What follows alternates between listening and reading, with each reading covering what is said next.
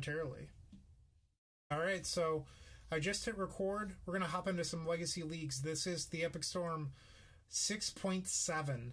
The only difference from 6.6 is we're playing Grapeshot over the Massacre. Hello, Dustin. How are you? Alright, let's play some nerd cards.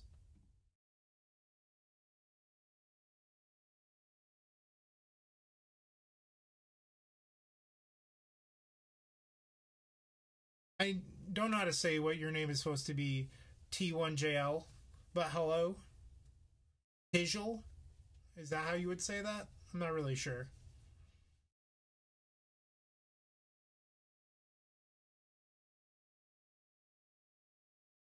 Oh, that's pretty cool, Darth Juggalo Sam. Do people still use the Storm Discord? When I was there, it wasn't great. I'm not trying to bash it or anything, but it was a lot of low-level questions and theories. I've personally found that Facebook chats tend to be better for at least me. Surrounding yourself with similar-minded people, you get more even if they're not playing the same archetype. And yikes, we are facing Yanni with Eldrazi Post according to MTG Bot. We're on the draw. I don't think we can ship this hand.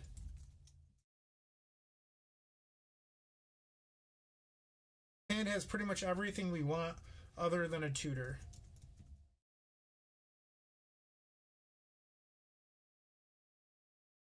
Okay, we're going to keep.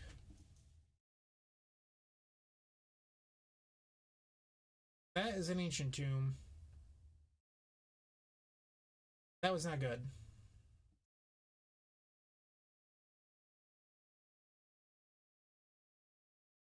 So what we would like to do is find an Infernal Tutor or a Burning Wish, and then from there we can empty. If we draw enough mana sources, we could ad nauseum and then play out zeros and then pulverize away the artifacts and then win using ones.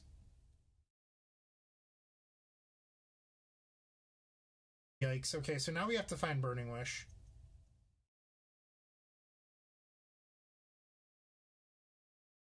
Tutor, just a turn too late. But the bright side is now we have an Infernal Tutor, so if we do draw Burning Wish, we can win maybe in the same turn. Or actually, we're guaranteed to win in the same turn before that Thought Knot came down, at least.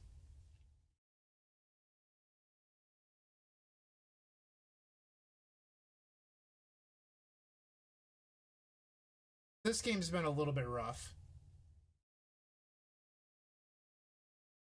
Our opponents just had quite a few good cards against us, and we were on the draw. Looking grim, so we're going to take 7 here. Let's assume we draw Burning Wish. We have to take a turn off to cast it. And... okay, so that was a Vesuva. So we'll be taking a turn off to cast it, and then we have to survive another turn. So a threat here actually kills us.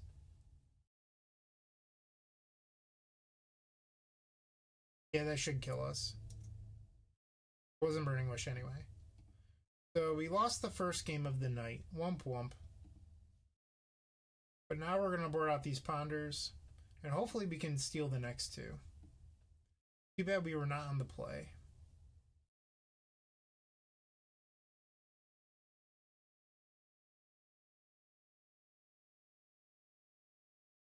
On Monday night when I streamed, I lost both the round one. I think maybe in the third league I won the first round one, but I was losing a lot of round ones and then winning out.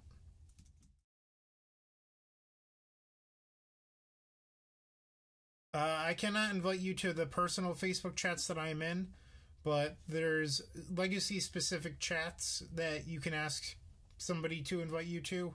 I don't have permission to invite you to the ones that I'm in, but basically just like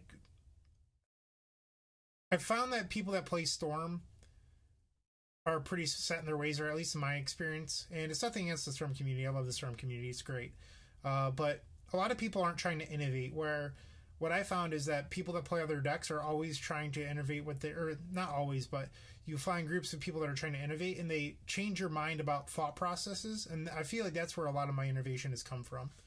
So, for example, talking to Miracles players about Predict versus AK is what led me to realize that I wanted to revisit Hope of Gearper and then later on Mox Opal. I don't love this hand. I think it's a keep, but it's just like not good.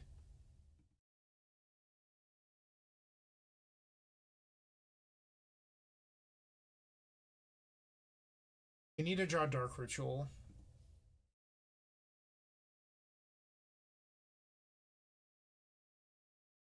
Thorn and Chalice. Gee.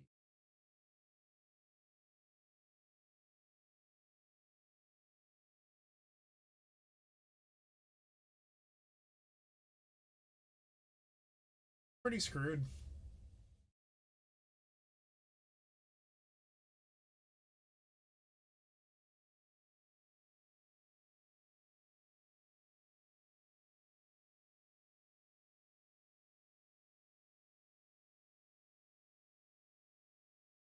From Thought-Knot.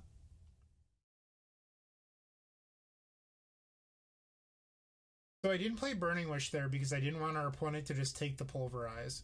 So by not casting the Wish, we're hiding it. We're hiding our possibility of blowing this up. Now we're actually only 1 mana away from casting Ad Nauseam.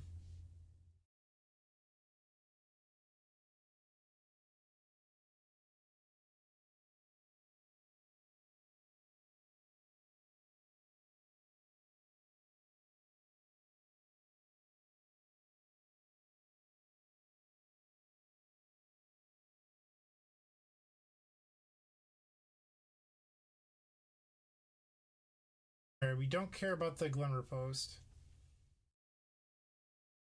We want to draw a mana source here. Hopefully a mountain.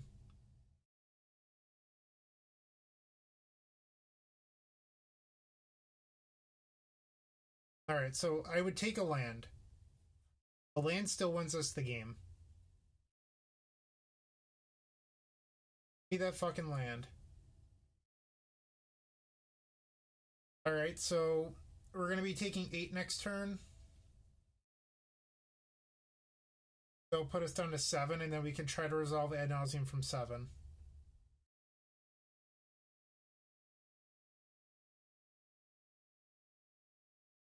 We have 0/4s in our deck, assuming that we don't just lose to a hate piece here or another Thought-Knot.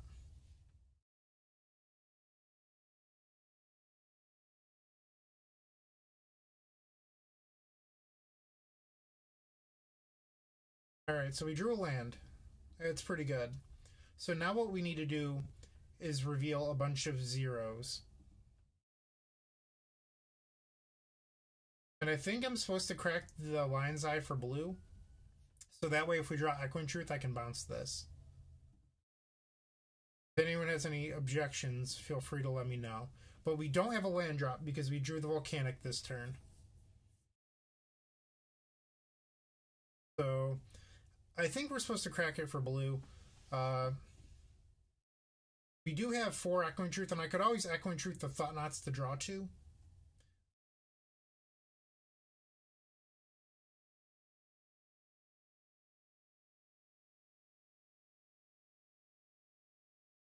Alright, we need less 1s.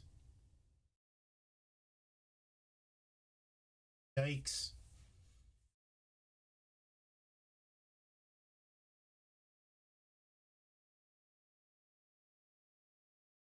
We have a lot of cards in our deck that kill us.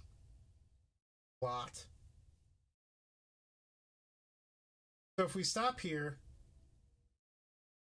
and then we Echoing Truth the Chalice, we can Brainstorm and then only have Petals.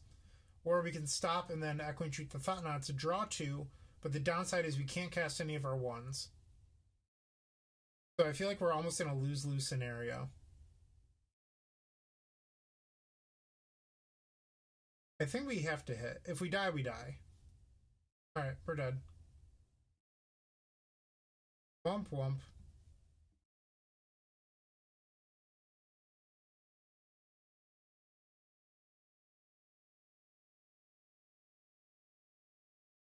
So how's everyone doing tonight?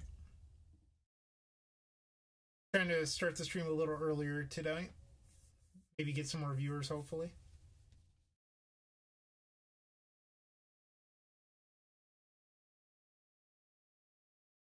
Eldrazi isn't really the deck we wanted to start a stream with.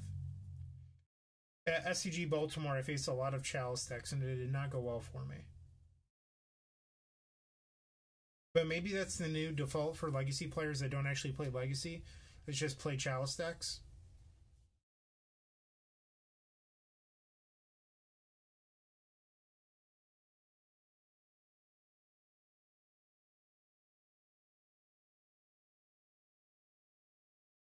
Okay.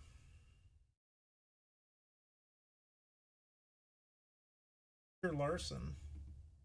Senor Larson.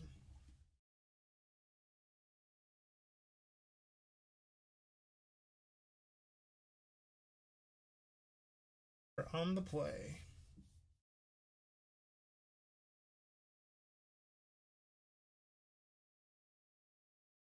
So close.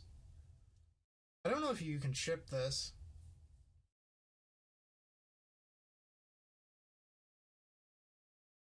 I think you almost have to keep this hand. Play out the pedal and say go. Because if they're not a blue deck, any discard or any mana source kills them. And if they are a blue deck, you're not going to be dying quickly, and then you can Thought Seize them when you do draw a land.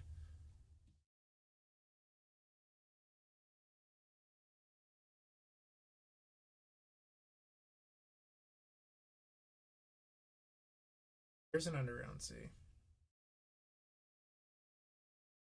Perfect. So, no reason to just Thought Seize there. Our opponent has open mana, probably a Brainstorm. So they're on Grixis. We want to draw that mana source now.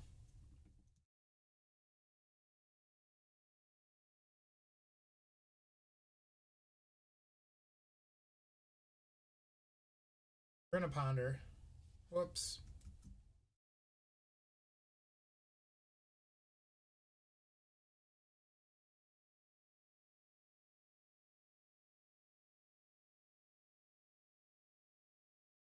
I think I almost want to shuffle this. Maybe not. I just don't think 2 discard spells is what we want.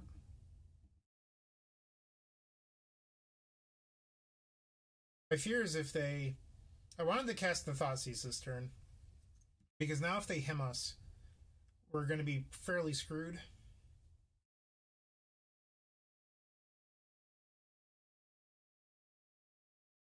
Yeah, Phil, this hand was pretty good. Really wanted a black land off that. If they him us, hopefully they hit the 2 Rite of Flames. I guess they could also hit the Thoughtseize because we have Duress on top. Just don't hit my tutor. Fuck you, Magic Gods. Fuck you.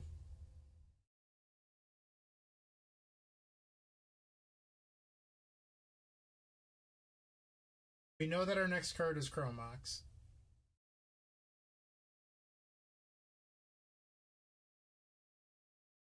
Wow.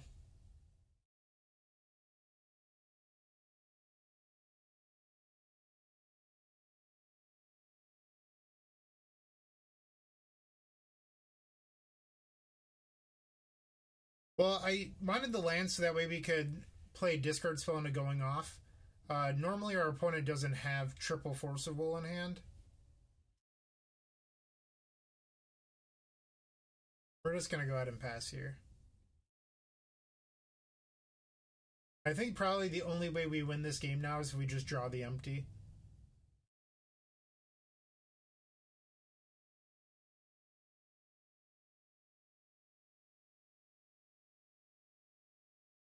Now we're going to get hit by Snapcaster him.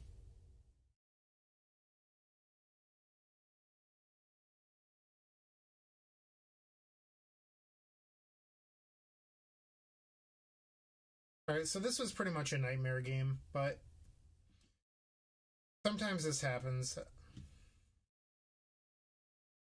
They still have 4 in hand. I'm just going to cast the Wish.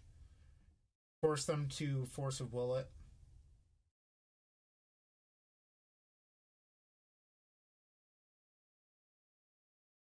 Force pitching Force.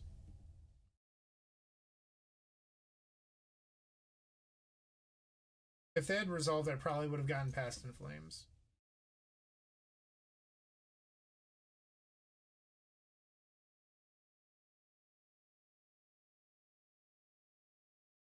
Probably a Fate Seal.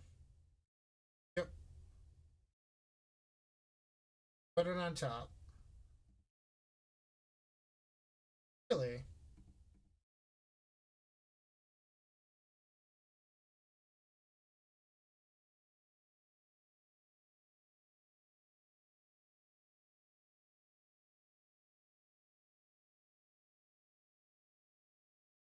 Okay.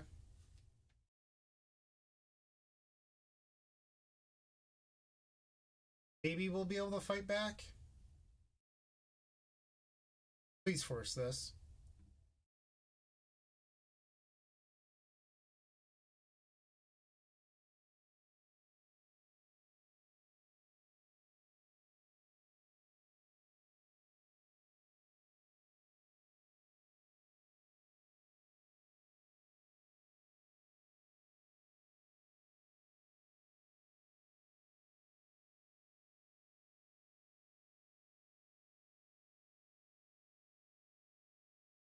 Alright, we have Ad Nauseam on top of our deck. Actually, it's 2 down. But we're not out of this game yet, shockingly. We found the empty, which is what we needed to do in order to be in this position. So we could start off by attacking our opponent, but I don't think that actually ends up winning the game. I think the Jace is going to kill us.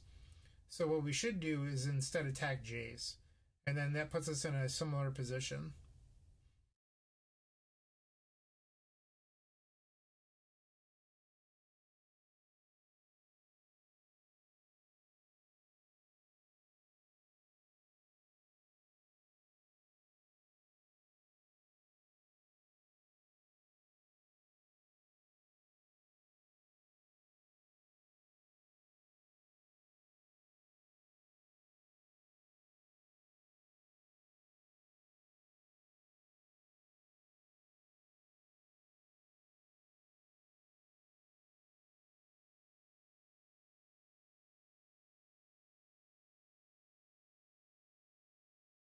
So here we're going to see a Snapcaster and a Kelgan's Command.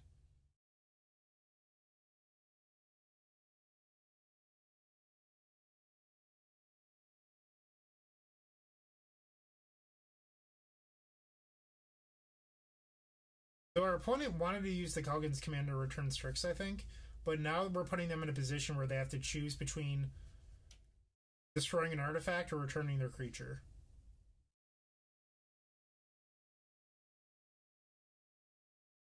They're going to choose to return a creature.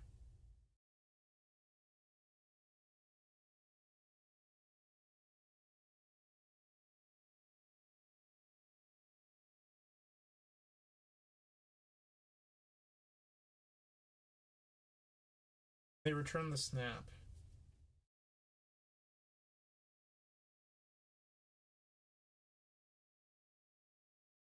Shaping up to be an interesting game so far.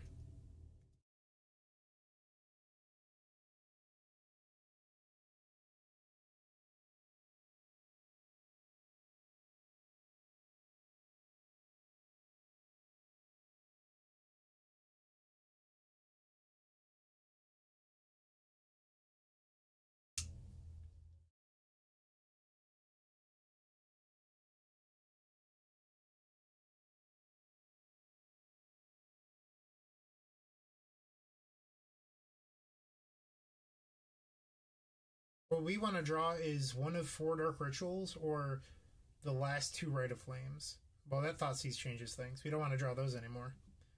A little shocked that they would play Thoughtseize there. Very suspicious.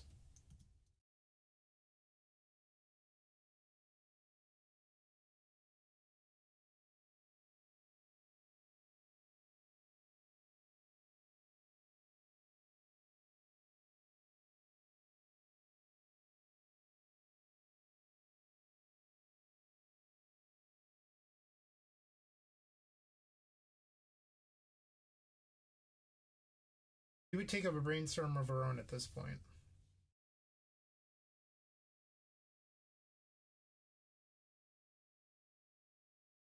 Hey, speaking of the devil.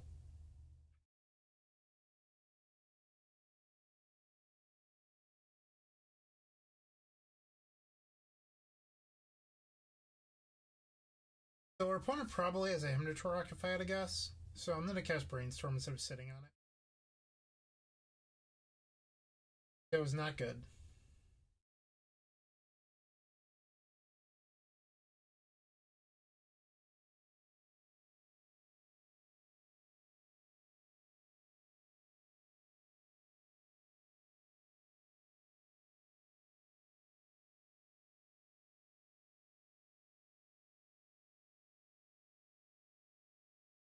Clerk Haugen's command.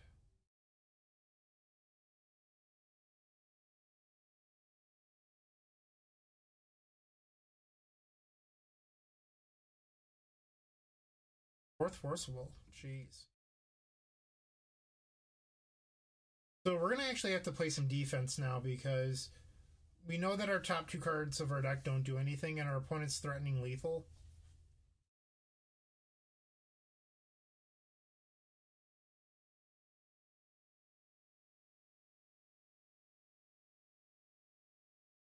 We're just gonna pass. No reason to attack.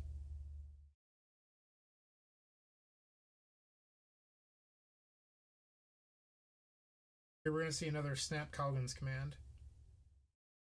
Probably shock the goblin to make us discard.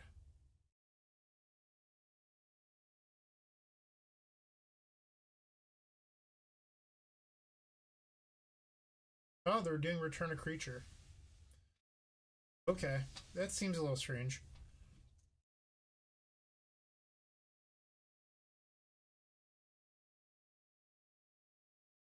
I'll make this trade.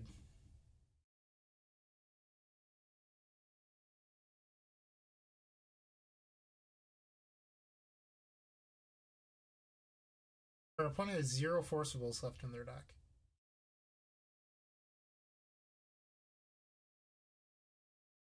You know that the top card of our deck is Rite of Flame, so we're going to draw this Rite of Flame, and then we want to draw Infernal Tutor or Burning Wish.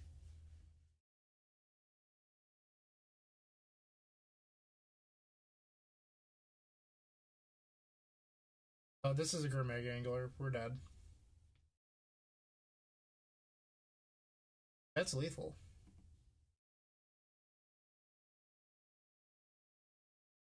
I would like to see what the next card would have been.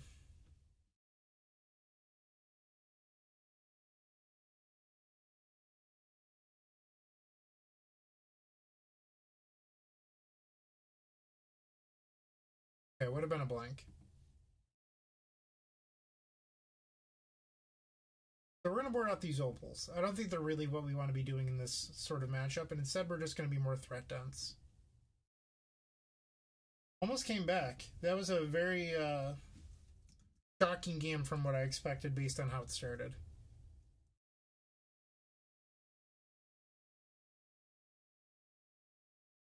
If our brainstorm had been a little bit better, we possibly could have won.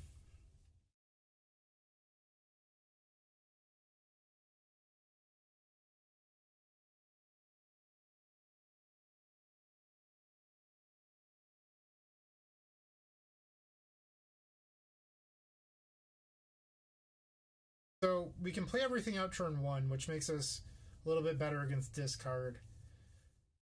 I'm going to try it. I don't love it, but it's probably fine.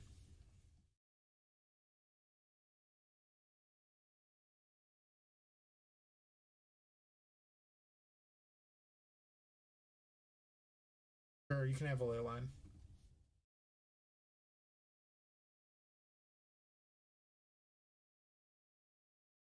Like MTGBot says, if you haven't already, please go to youtube.com/c/theepicstorm and subscribe to our channel. We're trying to get up to the 1,000 member goal, so that way we can monetize our channel.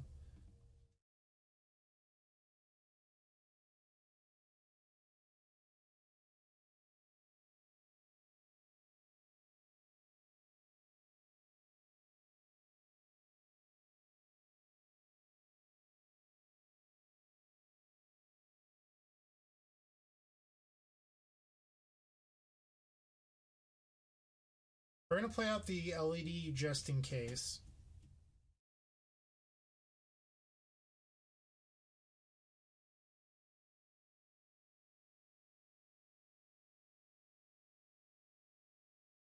Founder's pretty good draw there.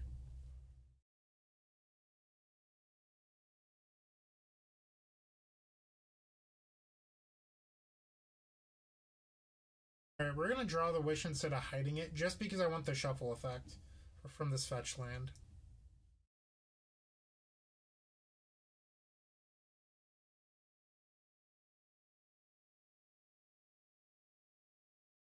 Uh-oh, looks like I might be punished here from a Hymn to Turok.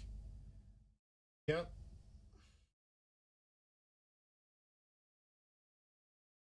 That was rather unfortunate. We're going to hold this Brainstorm.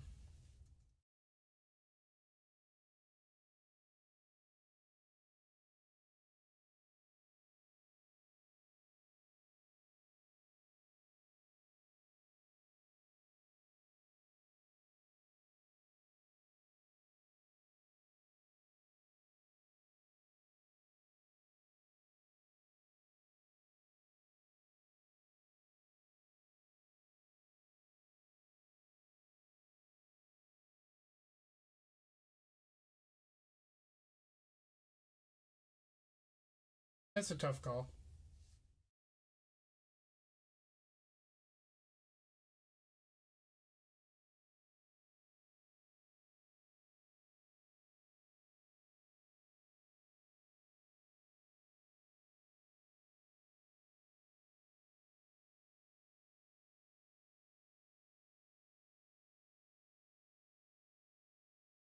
Yikes.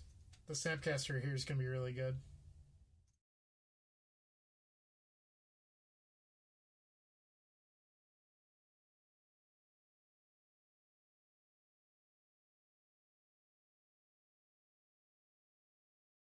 So maybe we want them to shuffle?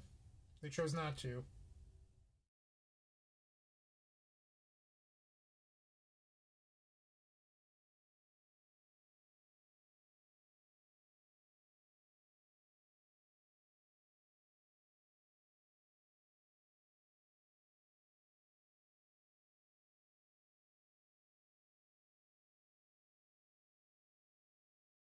Some of their plays are very suspicious to me. Like why they would hem away one card but they wouldn't snap Thoughtseize on the previous turn.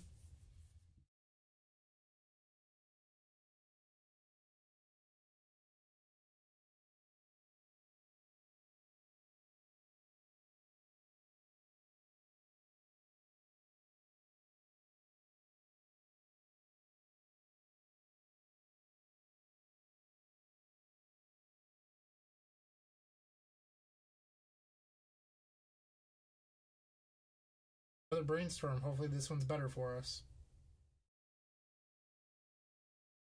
Like this is going to be a Pyroblast.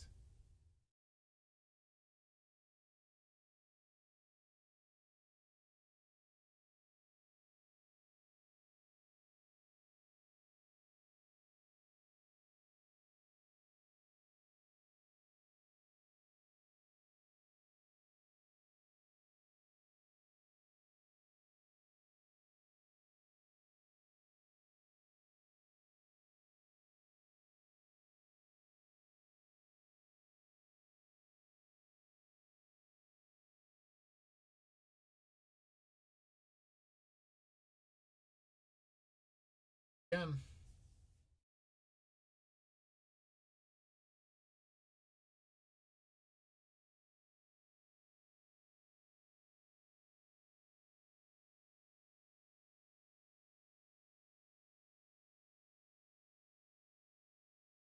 I'm gonna pass. I'd rather save it for the Storm count.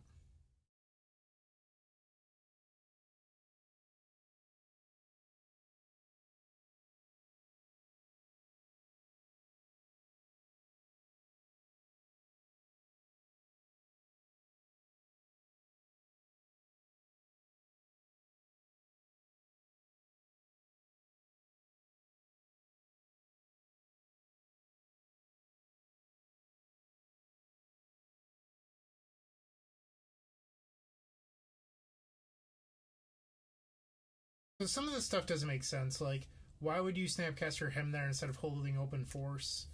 I don't know. It's all just very fishy to me.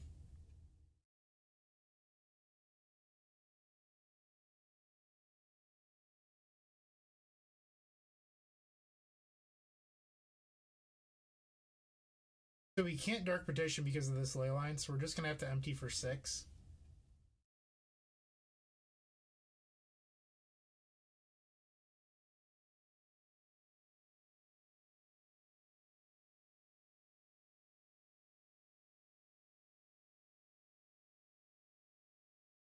Block.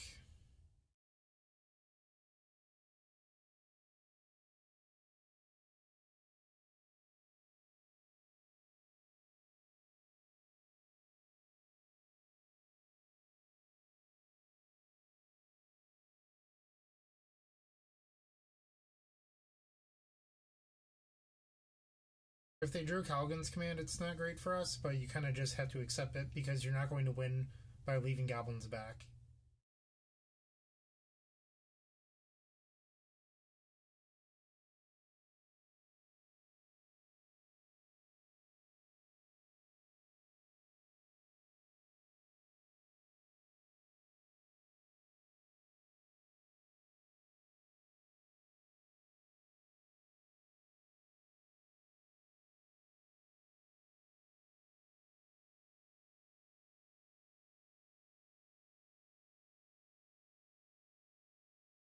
Brainstorm's likely going to fix their hand for them. They were probably sitting on a bunch of counters beforehand.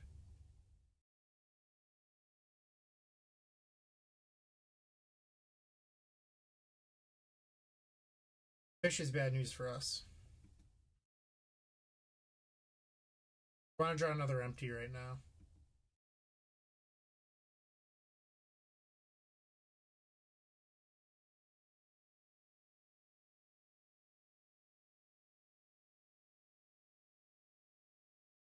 So we could swing and then use 1.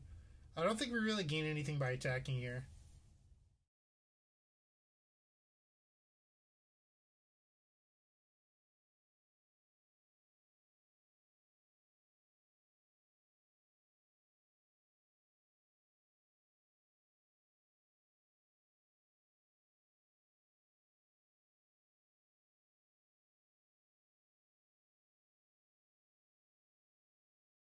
Empty.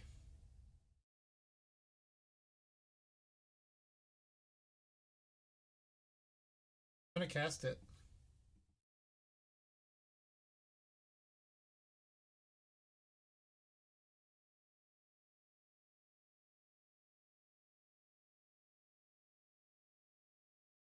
Sword is dead because of this Baleful Strix.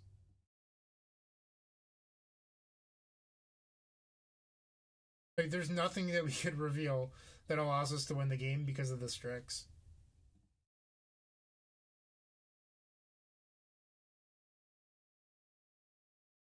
Alright, 0-2.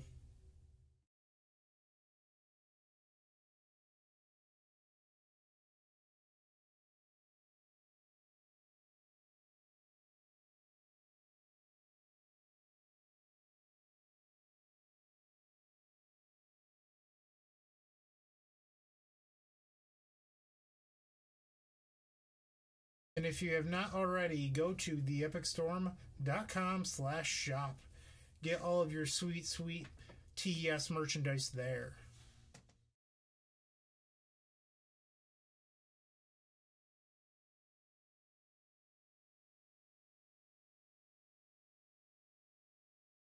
And I am drinking out of the Epic Storm pint glass. Decided to swap out the one that I keep on my desk.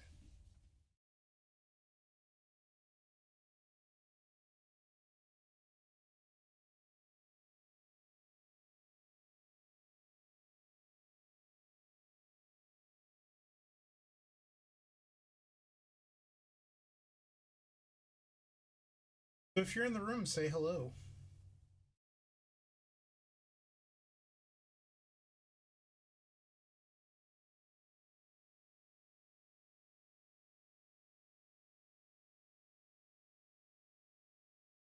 Just soda. No alcohol.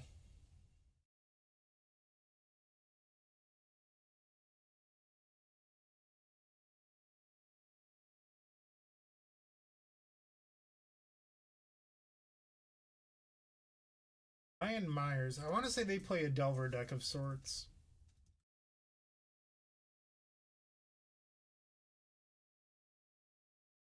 Turbo Depths, Grixis, lands. So it looks like they rotate a lot. This is a keep.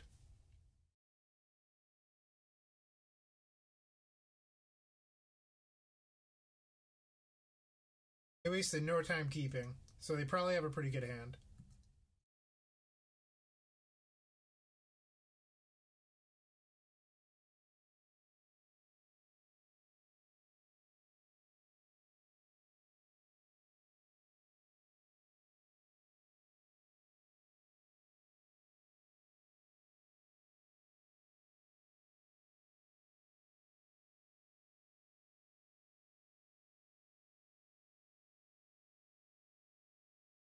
Wonder if Ryan is on Grixis or straight blue-red.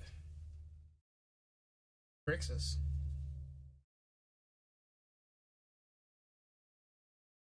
I don't know if I like that. You just, I guess they drew through their draw step.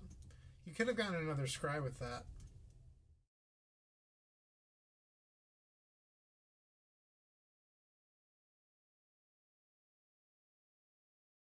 Maybe you were supposed to play out Volk first there?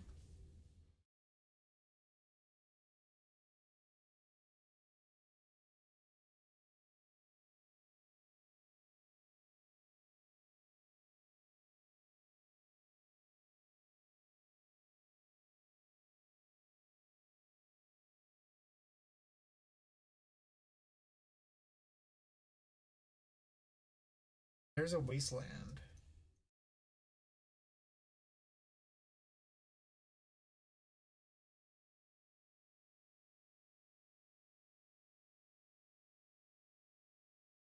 But we are not under any pressure, so we're going to draw that Badlands on top of our deck. Their Delver does not want to seem to flip.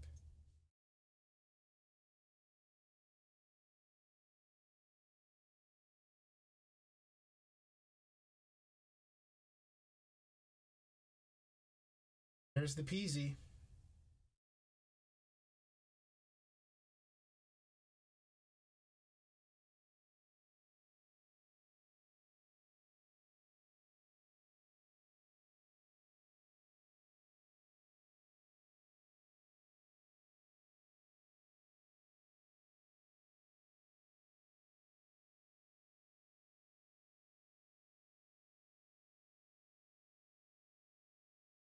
Start off with this Rite of Flame. Helps us play around double days.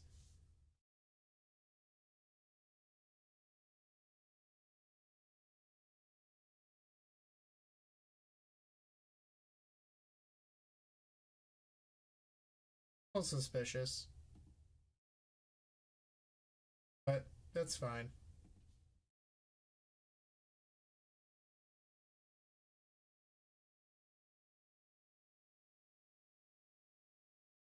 It's like, why would you force a wall Rite of Flame right there?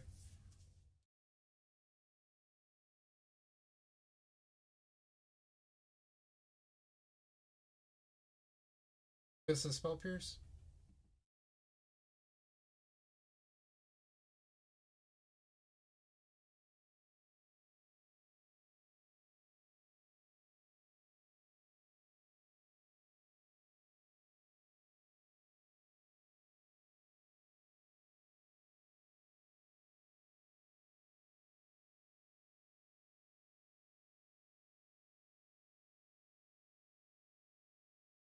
These days a braid. Hey days.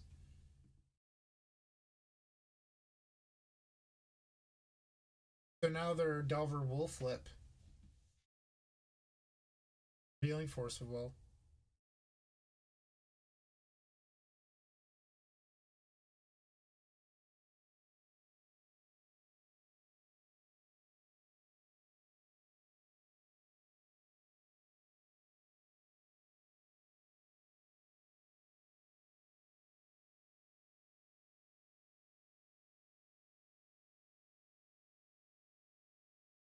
Alright, so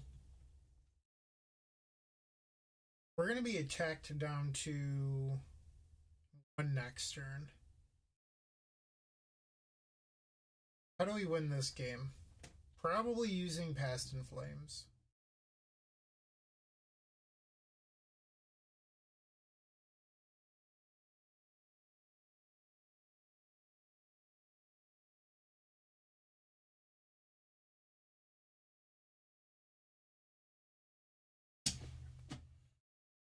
Jeez. Alright, we're dead.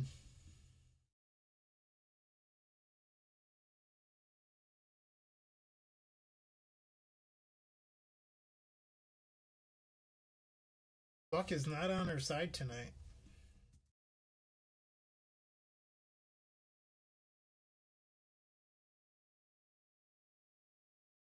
So, like normal, we're boarding in the 2 empties and -2 tutor effects.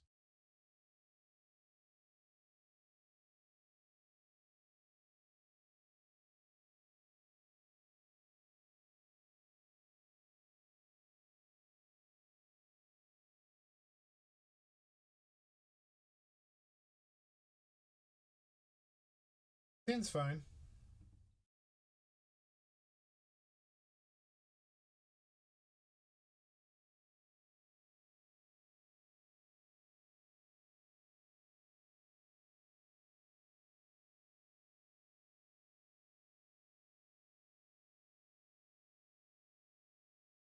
We're probably just going to play an Infernal Tutor on turn 2. See if it gets countered.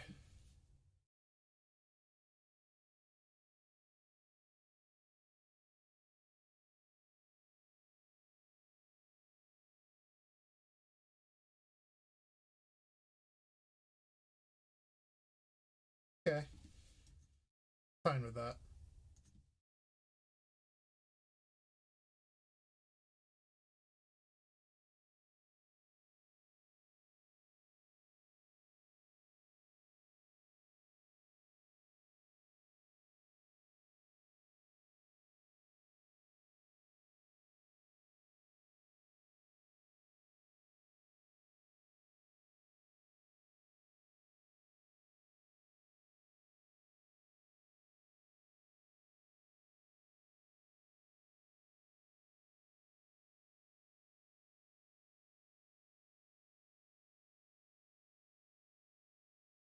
There's only 2 other Infernal Tutors in our deck, so Surgical's not even that good here.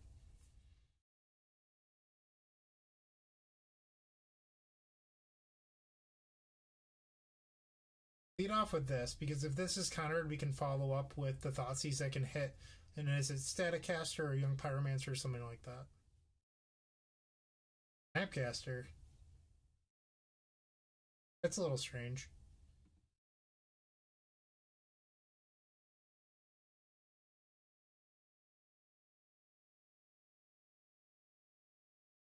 Here we're just going to grab an empty.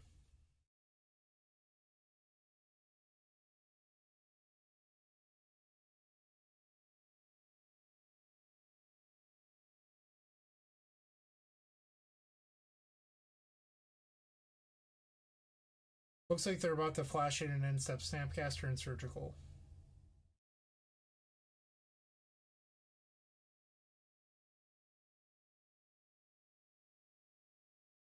They will not cast the Surgical.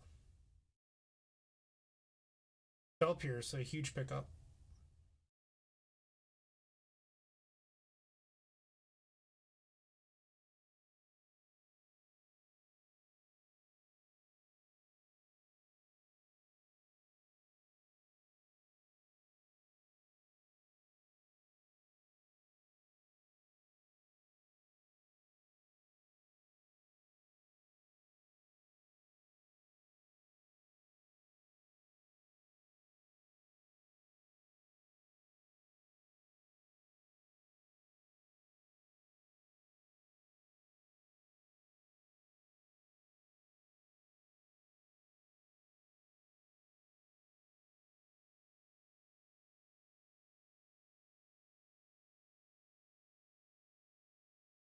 So the Grape Shot in our board is actually going to be relevant here, because if we can draw another mana source, we can, or a Rite of Flame, we can Burning Wish for a Grape Shot and then cast Grape Shot in the same turn.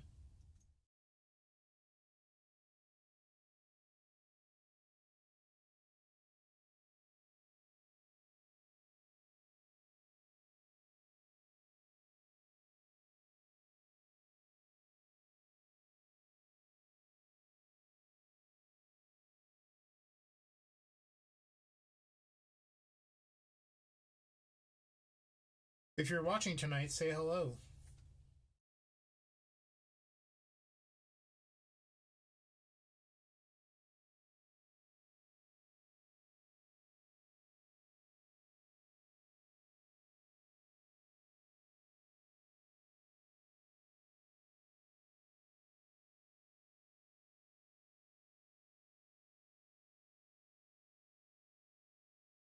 I would like to know what the other card is, so by playing this, if it gets countered, we know what they drew.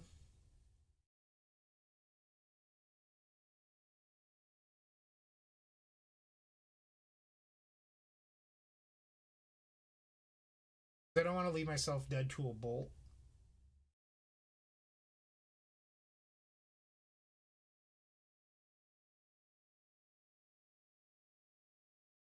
Hey, Crazy Magic H. Medea? I don't really know how to say that. Megadea?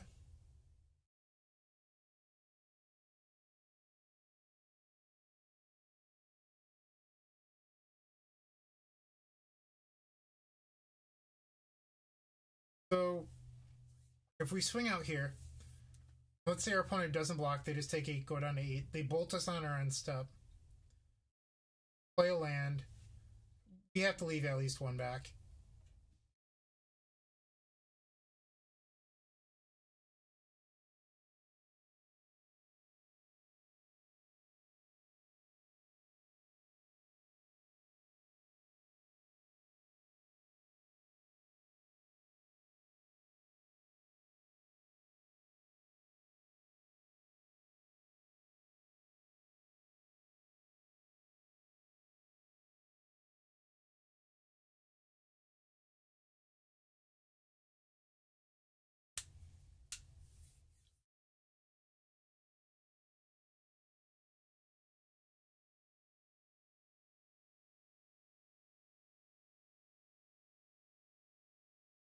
Another brainstorm from our opponent.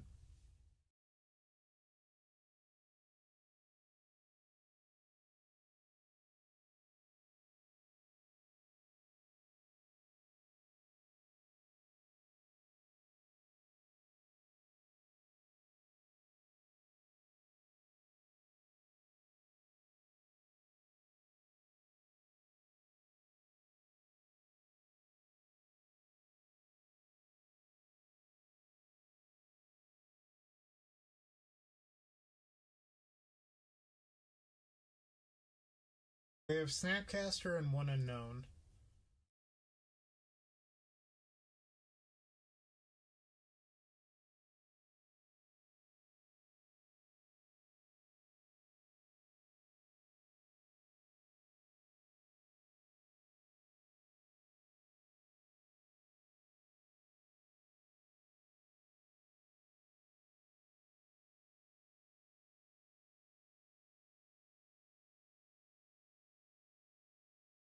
Or they likely have a Snapcaster. They could have put it on top with Brainstorm.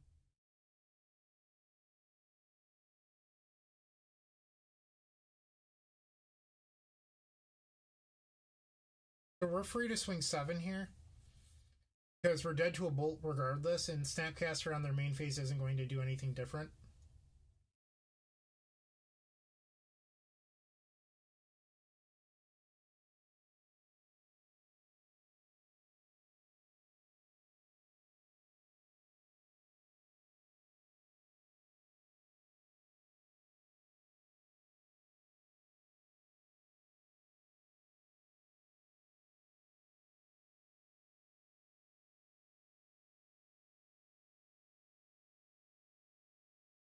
Targeted Brainstorm. So here they really want to find a red source and a lightning bolt.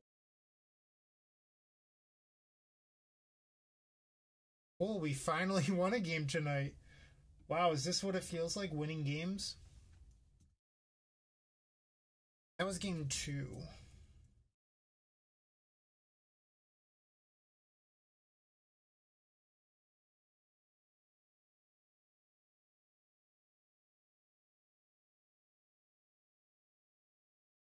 We're on the draw this time.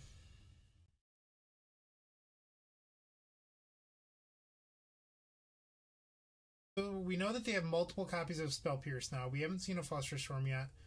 They do have a Thoughtseize. This hand is okay.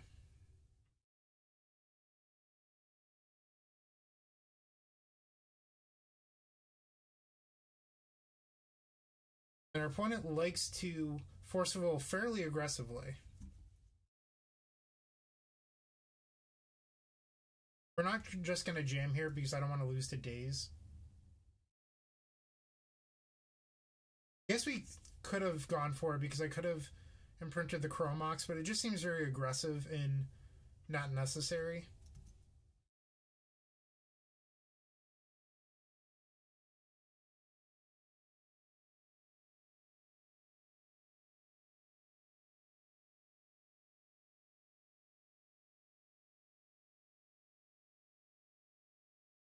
If they want to counter this, let them.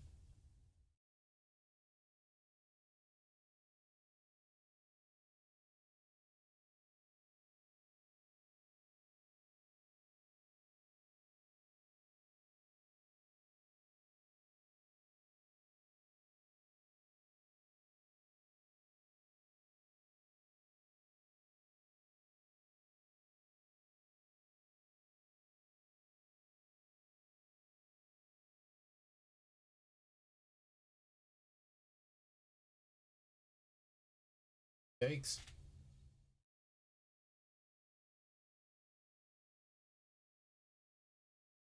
So 3 Rite of Flames is 7 mana. I think we could actually cast both in the same turn. Oh, I forgot. We don't get to play 2 lands.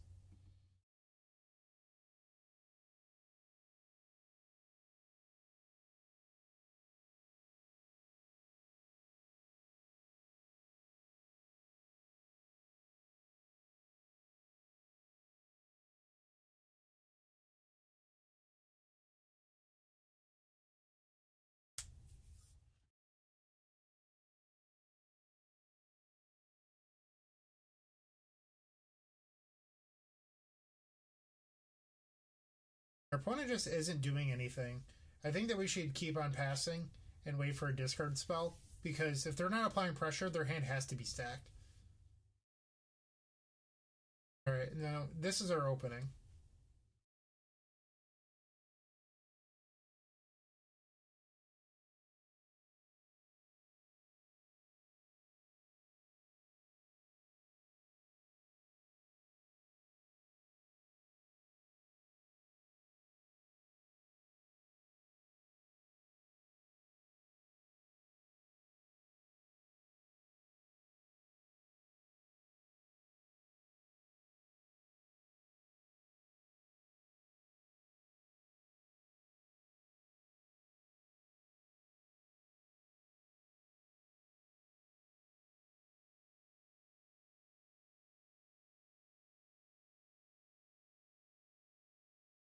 But we could actually pay for a lot of Flusterstorm.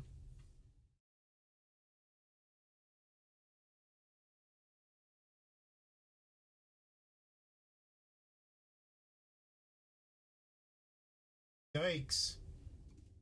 Double casualties. Glad I burned all that red mana.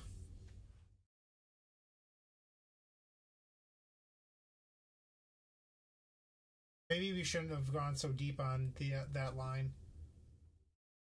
Maybe I should have only done 2 red before casting the Ponder. With the way that our opponent was forced to willing our Rite of Flames in previous games, I didn't think that's what it would have been.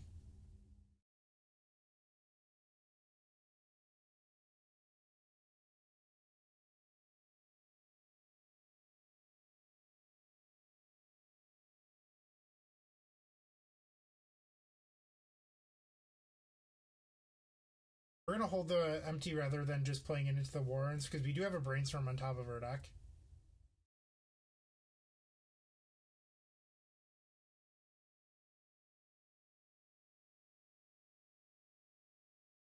We drew Ponder for turn. They did not shuffle.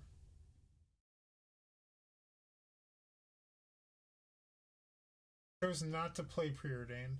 So they might have found Force of Will.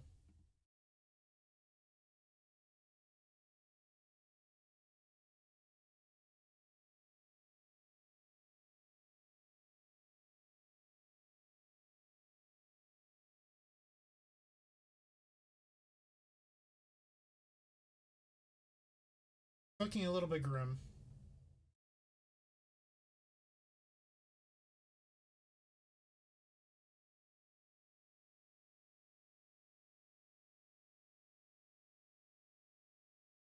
All right.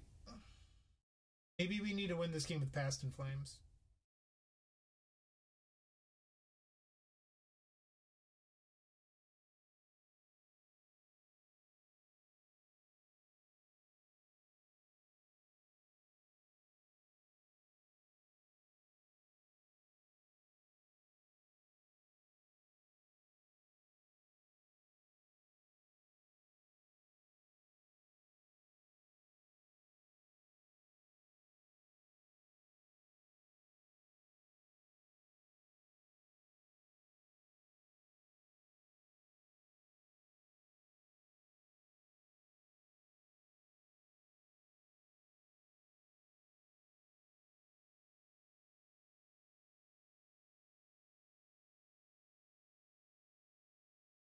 Oh, we drew all 4 Brainstorms. This game's just me not playing well.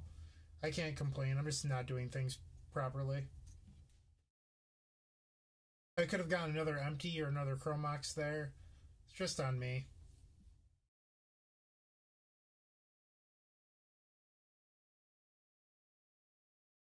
So now we need pretty much like a miracle in order to win this game.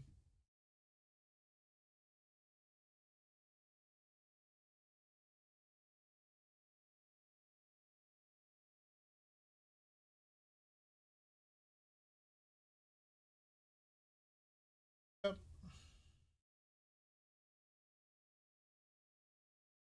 We don't even have any blue sources to get with this.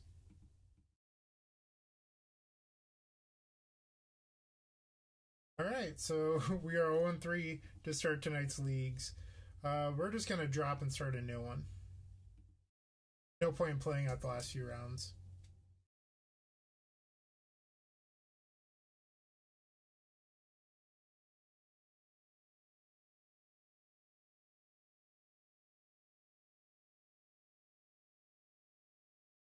I was just not playing well that match.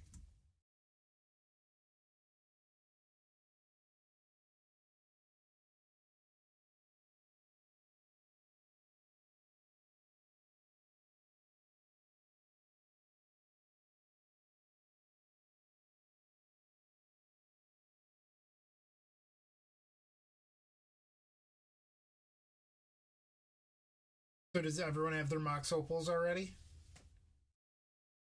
That's a comment that I keep on seeing in the Epic Storm Facebook group is, are you really going to make me buy Mox Opals?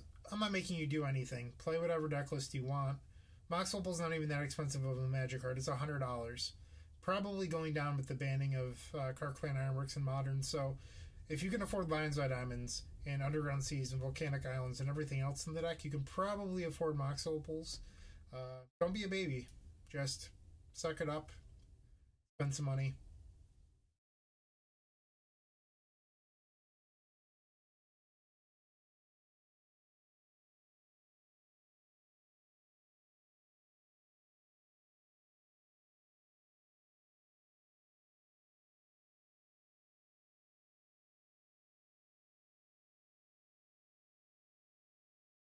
We could have Tejal, but we likely lost to pretty much everything. Like Daze, Spell Pierce, Fluster, Force. Like, we lost to everything there.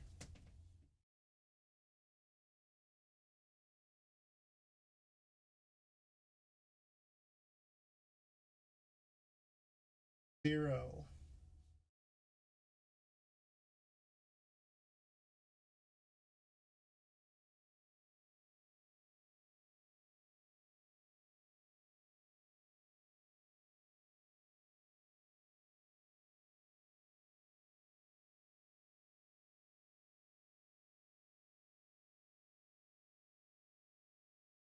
I think this hand is fine.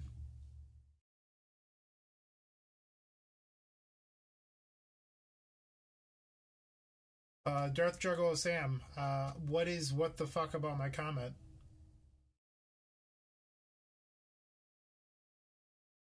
I feel like I've faced this person before. Spreadsheet says I haven't.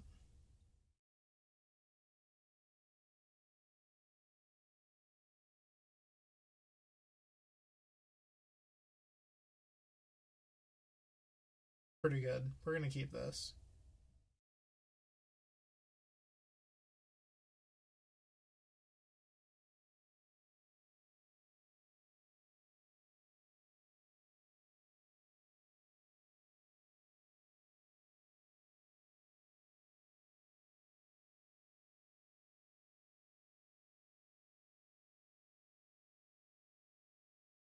Alright, so based on our opponent's lands, I'm willing to bet that they're on Sneak and Show.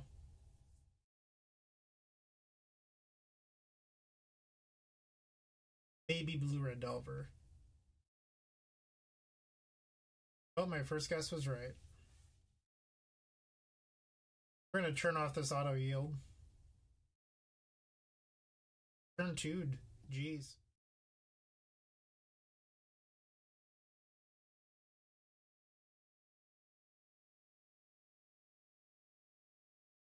We cannot buy a win tonight. We're just getting crushed left and right.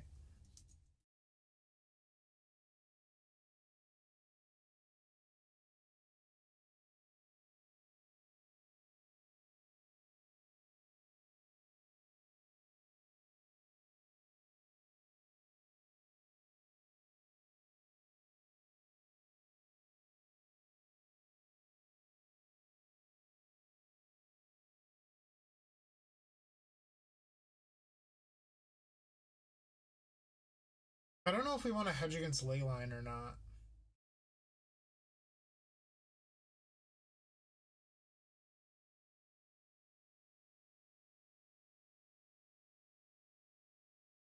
No, I'm not going to play around with Leyline.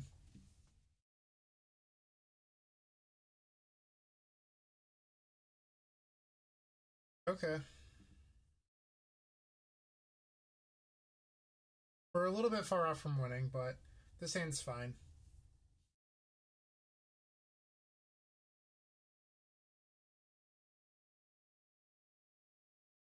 Our opponent has mulliganed and then kept 6.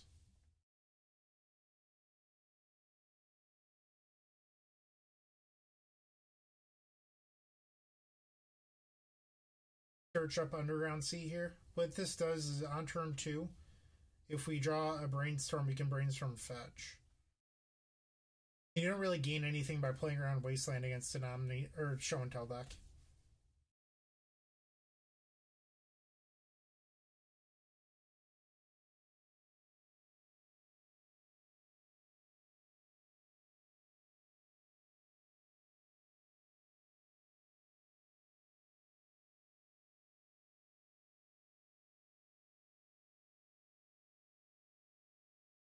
I would like to draw Lion's Eye Diamond. Not Lion's Eye Diamond.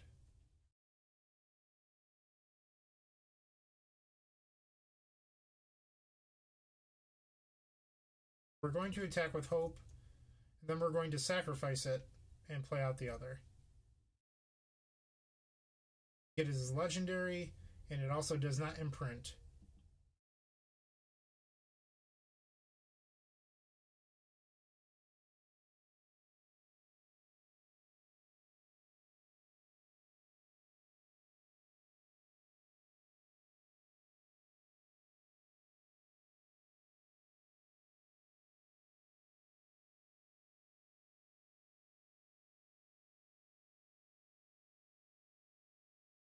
That was pretty good.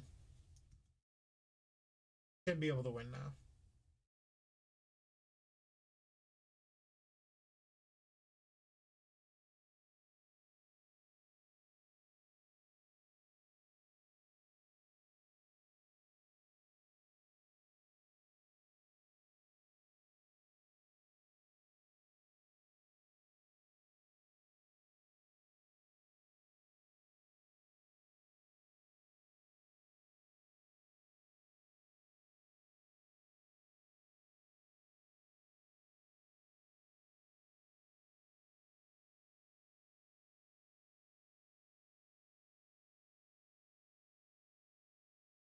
Dustin, I don't have a good answer for you. So, currently, if you value play points, it's better to open because you're more likely to get more out of play points than you would if you sold them and then use those tickets to enter leagues. But if you have a ton of play points, I think it's better to hold them. So it really depends on how many play points you have.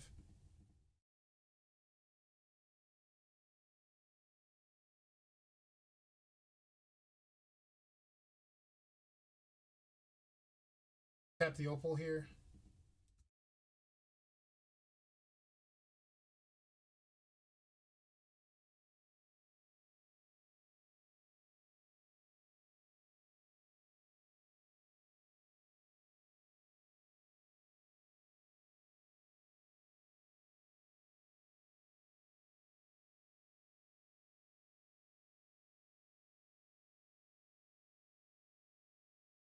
We have 0 4s in our deck.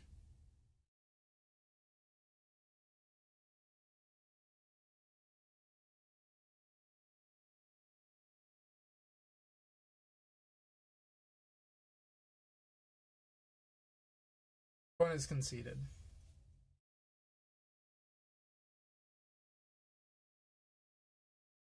That's a pretty good one for us.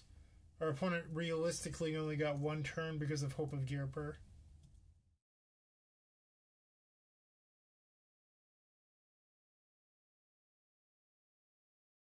We're on the draw. I still don't think we should be playing around Leyline.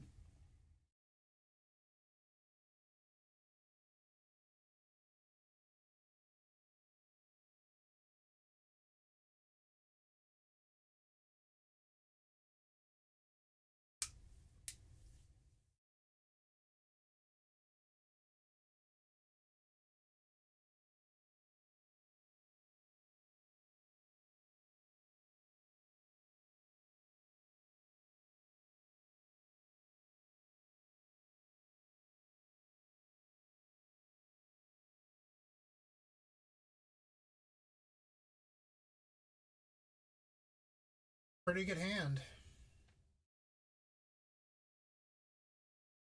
Good draw an Infernal Tutor.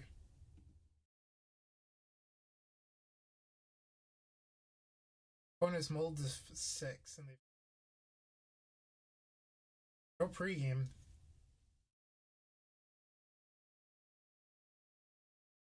Don't have a land.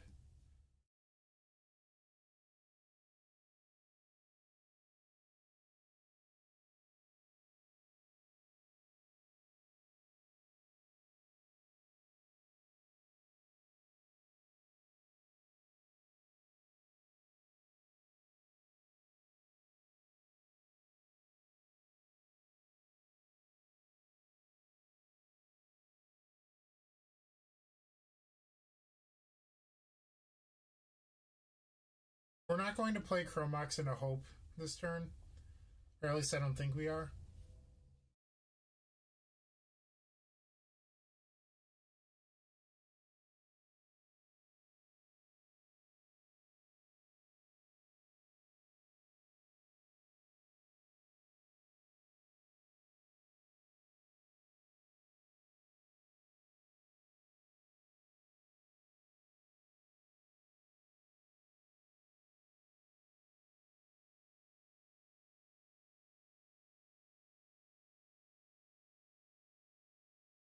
Island was an okay draw.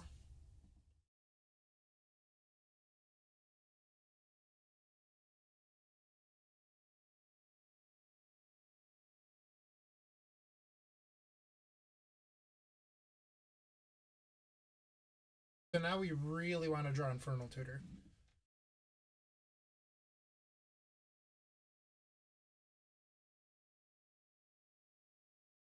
They probably have a Gristlebrand or a Emrakul in their hand because they stacked it underneath the show and tell.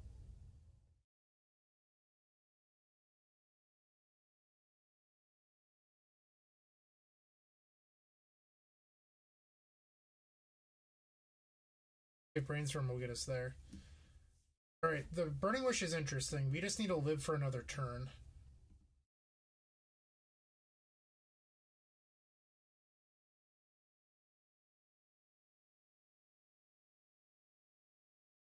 This is another show and tell. It's not good news.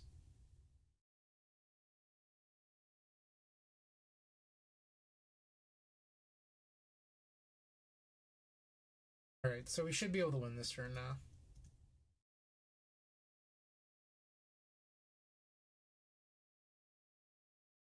One and three, baby.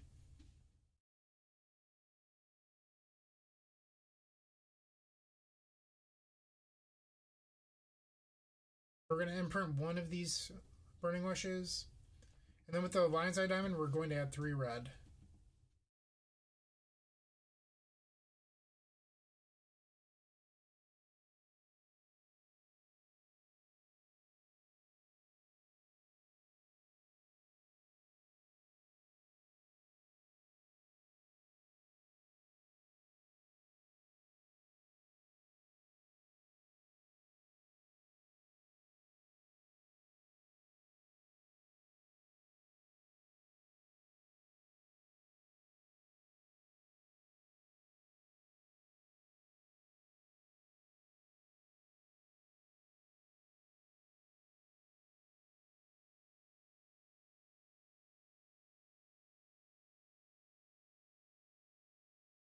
Stop there.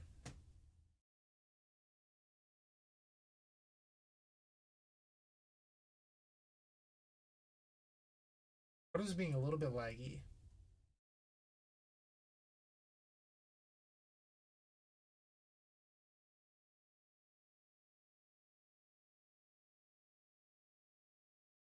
Got 3 red. Burning Wish Tendrils.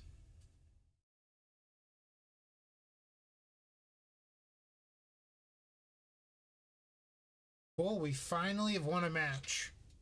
We are on the scoreboard. We are the champions of this league for now.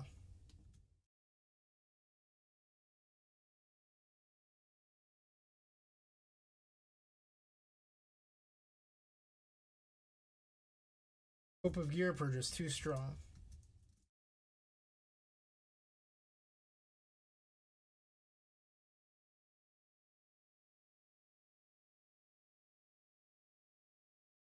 Hey Jeff. Yeah, our first league did not go well. And now we have the Legend Negator. Tom Hep. We are on the play. Typically plays Bug Depths. His hand is not great, so Bug Depths can win pretty quickly. Discard spell isn't good. The only things that I like about this hand are the Ponders and the Right of Flame, but you can't even cast the Rights, so I think you're supposed to ship this. It's a much better hand.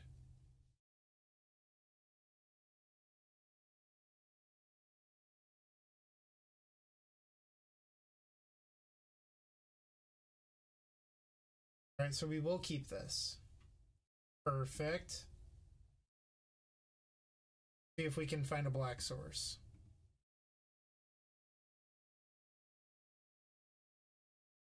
We cannot find a black source. We're going to have to shuffle that. There's our black source. Too bad we couldn't find one off the ponder with the Lion's Eye Diamond.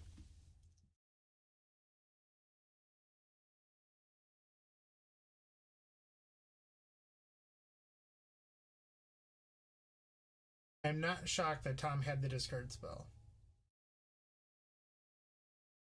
If we hadn't shuffled, we would have gotten the black source from this, and we would have had LED with a tutor on top. But you can't rely on your opponent playing a turn 1 Urborg, even if you do know that they're on depths.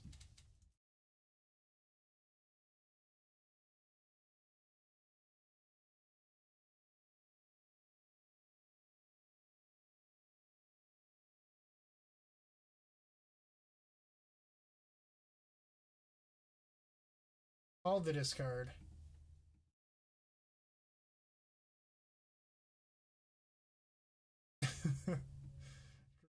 Triple crop rotation. Pretty good. I think I said cripple. Triple crop rotation. Tongue twister.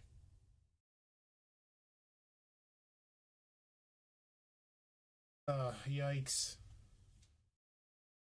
Taking away our outs.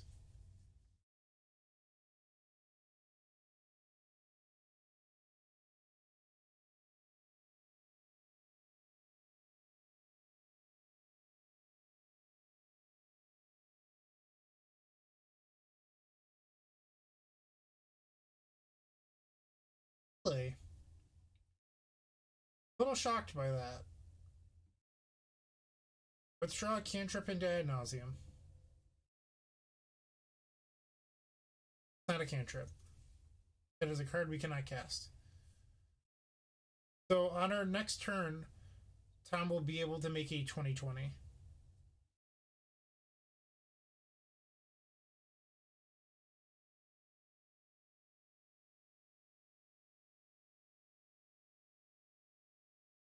Alright, this has to be it. Ad nauseum.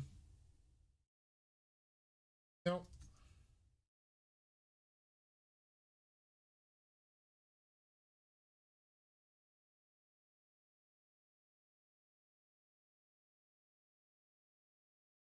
Okay.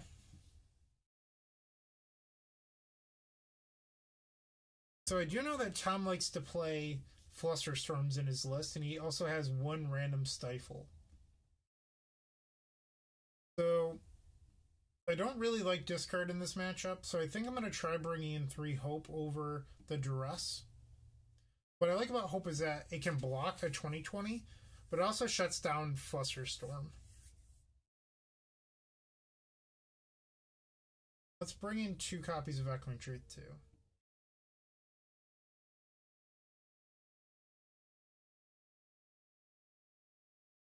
Board out the Opals. I don't really like them in this matchup, just because your opponent has so much discard where they're not really reliable.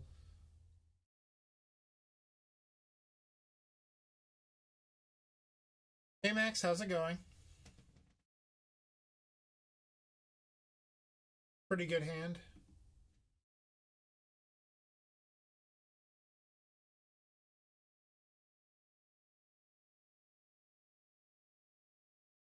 So, with opening hands that contain ad nauseum, you really don't want to have it in your opener if you can't protect it with the Brainstorm. So here, with having the Brainstorm, I'm fine with keeping it. But it's such a liability because you don't want to have to win with Goblins in this matchup. This signals to me that Tom has the Fluster.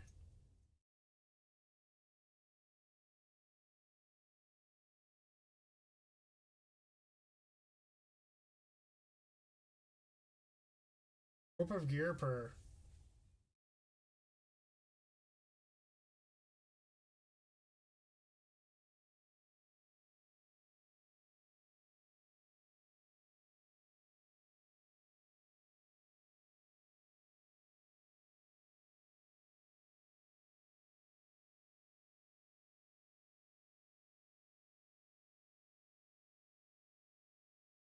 Maybe you were supposed to Brainstorm main phase there? Because now if they play discard and then Fluster our Brainstorm, we're kind of screwed.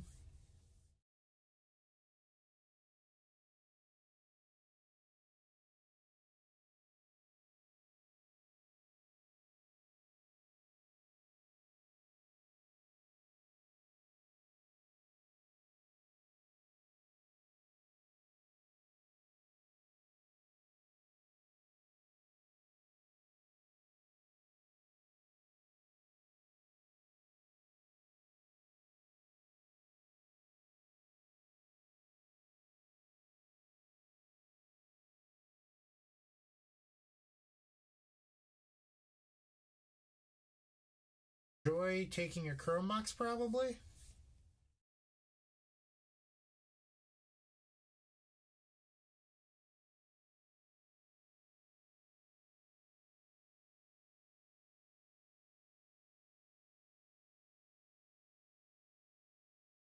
So what's interesting is I think it's actually right to play or imprint the Chromox with the Dark Ritual. So by doing that, you guarantee that you can actually cast the Ad Nauseam on the following turn.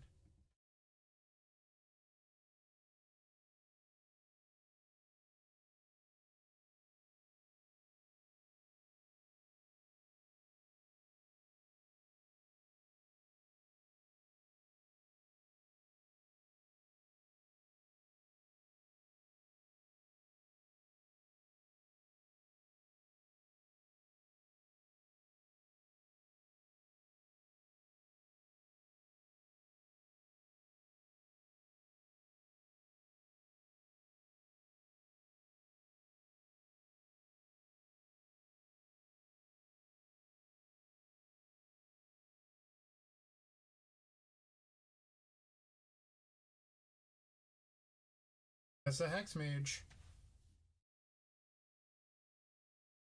So what Tom could do is teleportation into depths.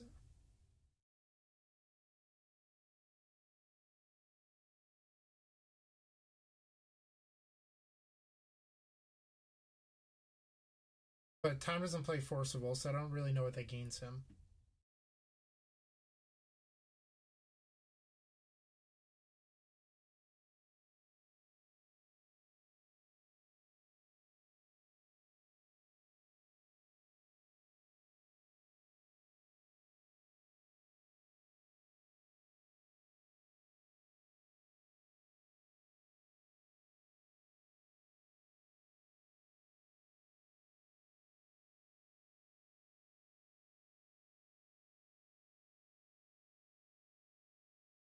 Yikes.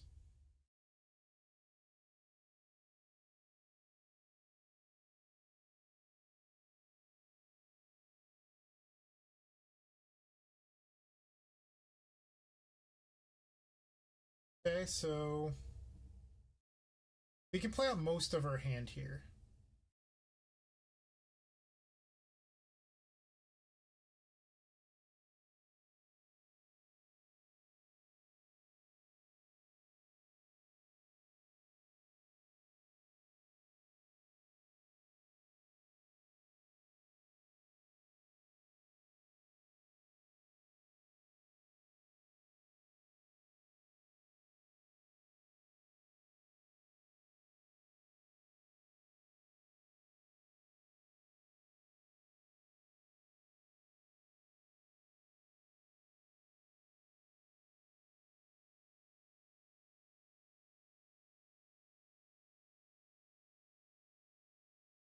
Go to 1.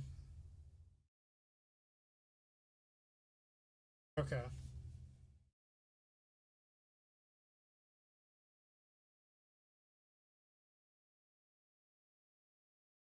Yeah, Devin. Redman is more valuable because you have more cards you're willing to imprint onto Chromox that are black between Thoughtseize and Extra Infernal Tutor, stuff like that. Where with red, you don't really have anything you want to imprint.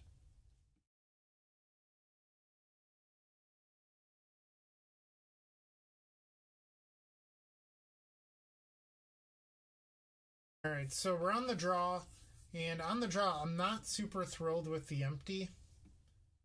So I think I want to make that a Tendrils. Just because they can outrace you. Like, even if you turn one empty, they could just turn to 2020 and kill you.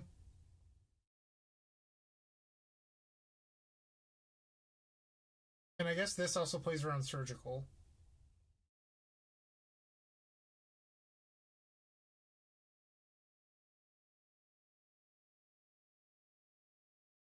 Seems fine.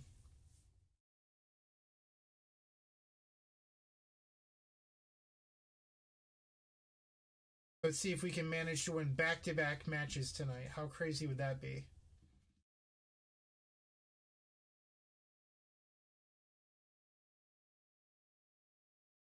All right, Thomas kept 6.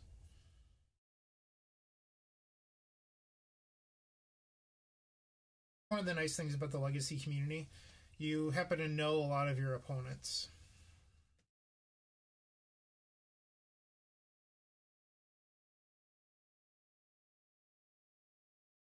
The old Lotus Petal Brainstorm.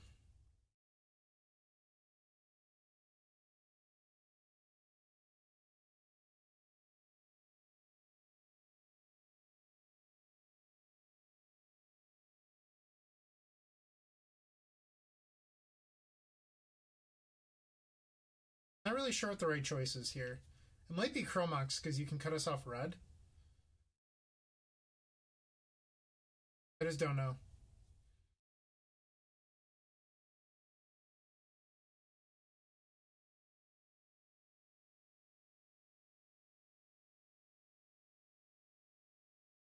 Not want to be in Tom's shoes right now because I actually don't know what the right choice is. Our hand is very redundant. If he has Surgical, maybe it's Burning Wish.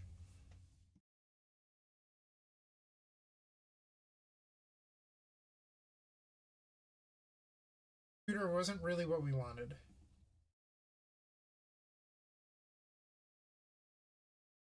Alright, this is where he plays a Hex Mage and we lose.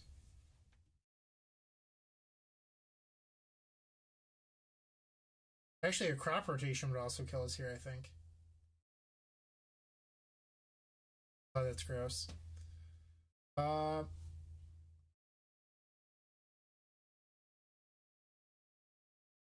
Pause. Okay, I think we're supposed to imprint the Burning Wish and then Infernal Tutor.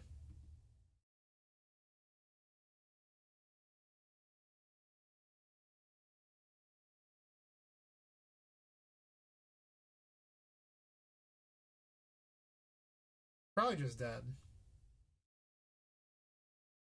Yep, we're dead.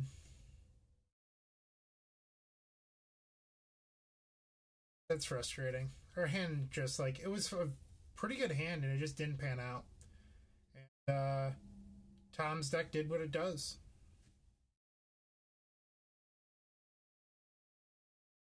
It's worth noting that the Tendrils here just didn't matter. If that was empty or Tendrils, it was irrelevant. We didn't really have anything coming.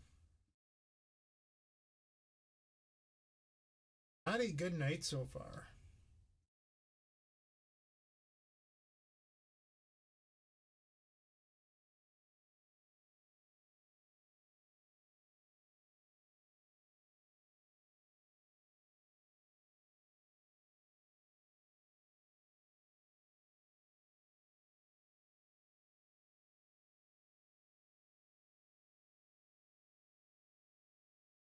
Once again, if you haven't been there, check out theepicstorm.com/shop. Get all of your sweet, sweet The Epic Storm merch there.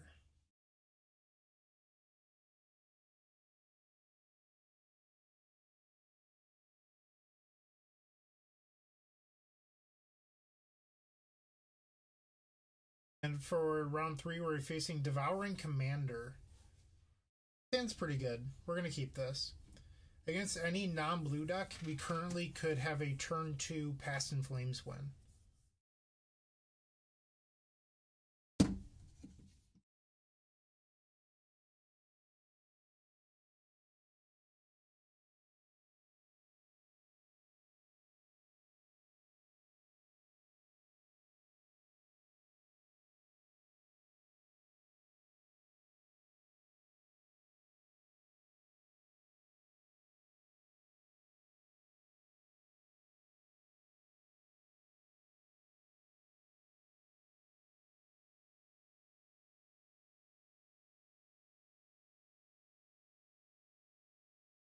What deck plays Tropical into Aether Vial? Anyone? Slivers? Don't know what deck would be playing Trop Aether Vial.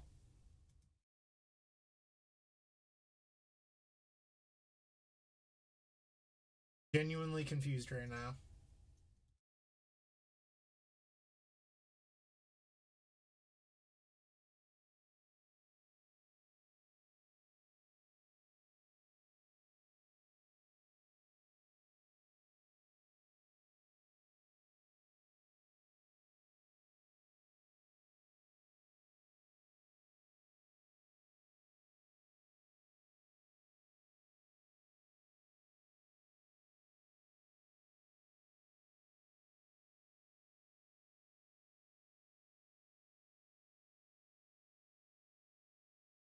I mean, we're going for it.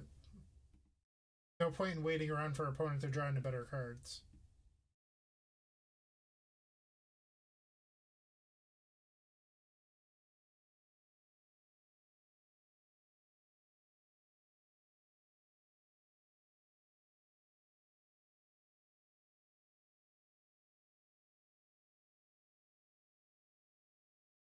Hey Alex, how's it going? I don't think it's Man Spirits and Legacy. It could be.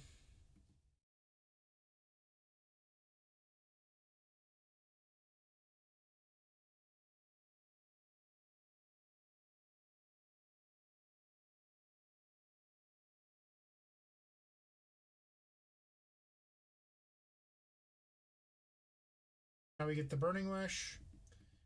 Tendrils.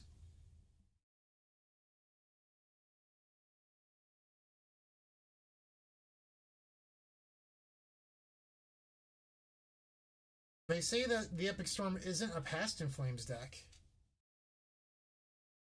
That looked like a Past in Flames win. I don't know what they were thinking. All those instants and sorceries. Rite of Flame, probably the most powerful sorcery ever printed. We're playing 4 of it. Either Vile Tropical Island. I'm willing to bet that they probably have some sort of hate bear. I feel like we should probably be bringing in Echoing Truth.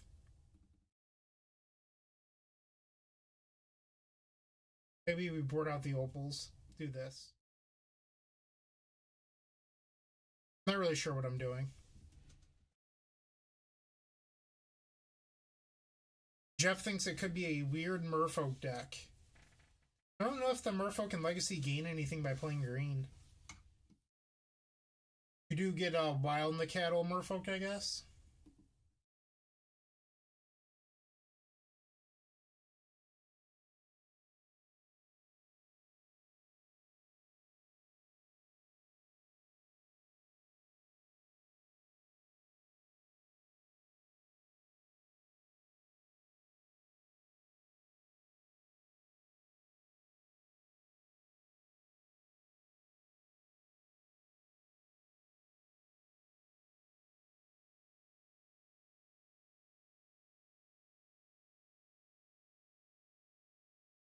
Hey Phil, are you still watching? I don't like Cage. Cage isn't very good. I think if you're going to play Graveyard Hate in your Artifact Storm deck, it should be Tormod's Crypt. It's an Artifact 4 Mox Opal.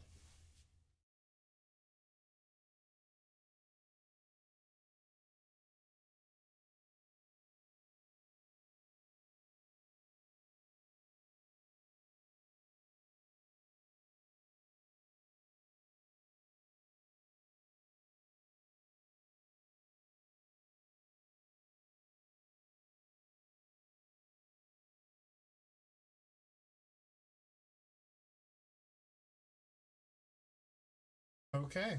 So while we have a few seconds before this game begins, if you haven't already, go to our YouTube channel. The link is below. Go there, click subscribe. I would greatly appreciate it. We are waiting, well, not waiting. We are trying to get to 1,000 subscribers to meet our goal, so it would mean a lot to me if you would.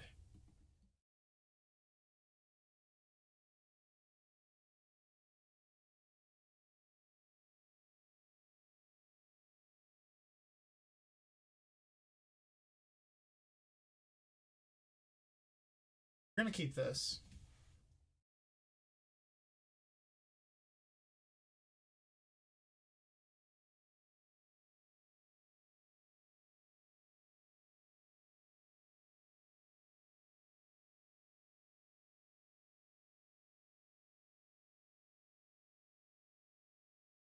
Windswept Teeth. I don't know what these people are doing.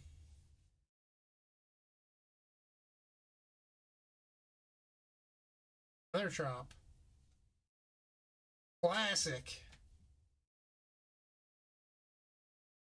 Alright, we're gonna cast Ponder here.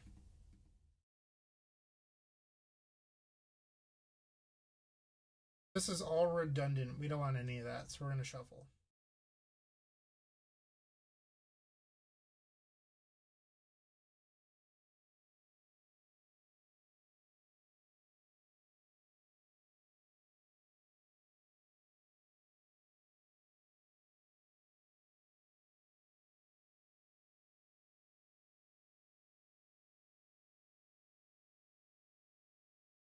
What does this person play other than Tropical Islands and Aethervile? I'd like to know. Please don't concede. I just want to see what you're playing.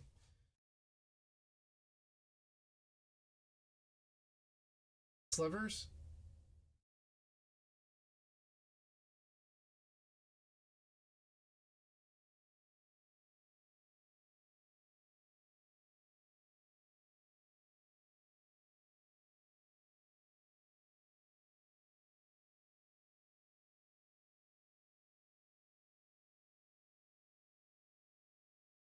Alright, so now we know that there's Noble Hierarch that I probably could have guessed. I think it's a 4-color toolbox deck.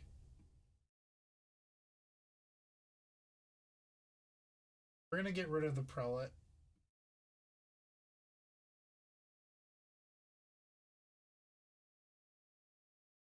Yikes.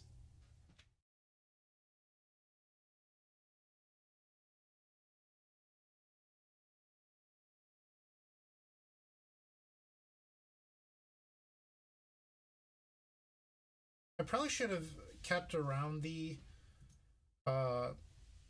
empty instead of imprinting this wish, but it's probably not going to matter.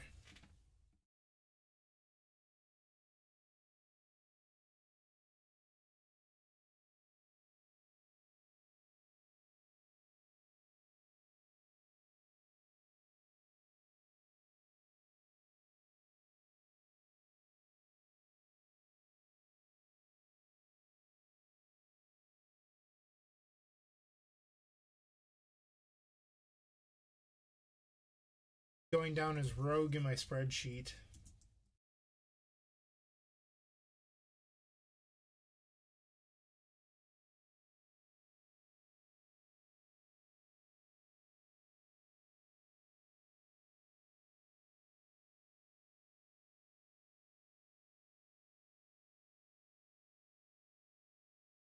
Alright, I'm not going to play out the Delta because we're going to reveal a land off of Ad Nauseam that will not make us lose a life, so there's no point in playing out the Delta first.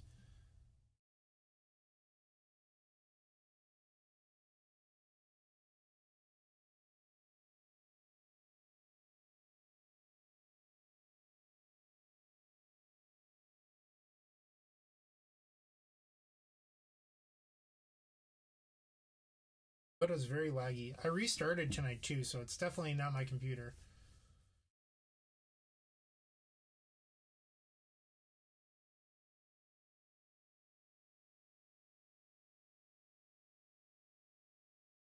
The reason we untapped is now we have both black and red post Ad Nauseam.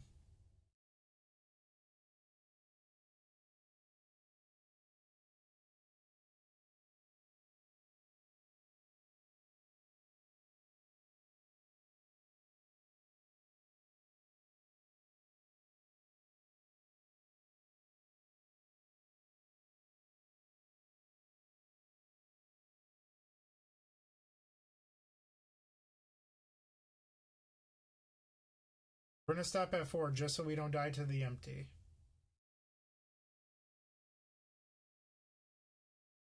Playing an LED first to avoid surgical, but if they had a surgical, they probably would have surgical their tutors on the previous turn, but there's no reason to not play around it.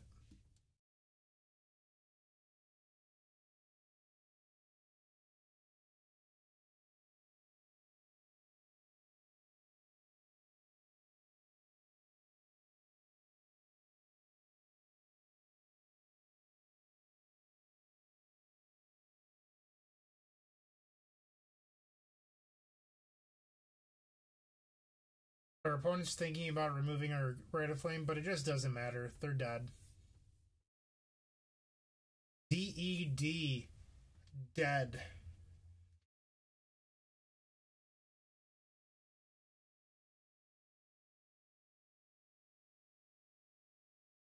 Whole family just full of deads.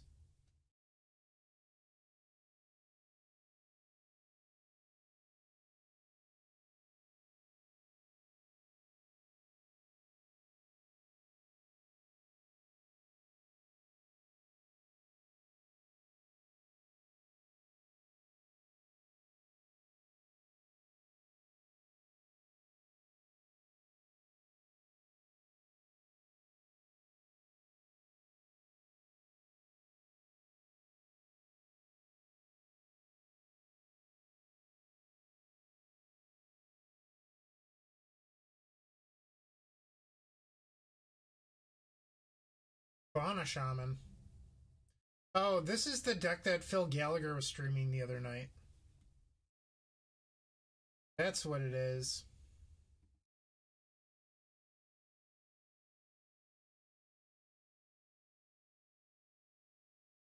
Well, you know what, Phil Gallagher fan? Dead.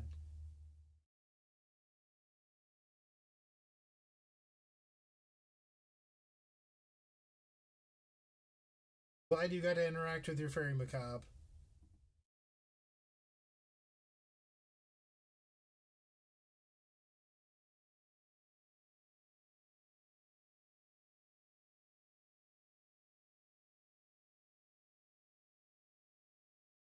They have 2 creatures in their graveyard, so they can vial in the Scavenging Ooze and then gain 2.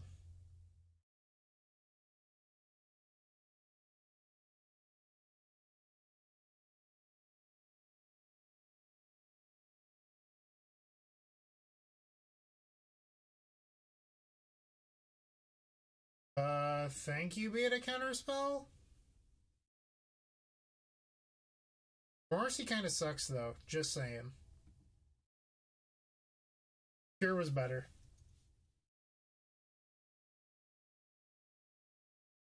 We won against the random deck. The Phil Gallagher special.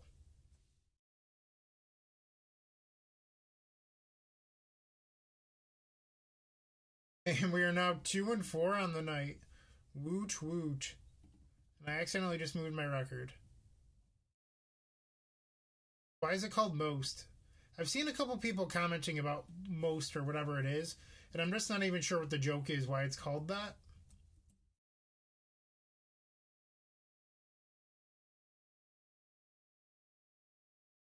I'm just completely unfamiliar with Mario.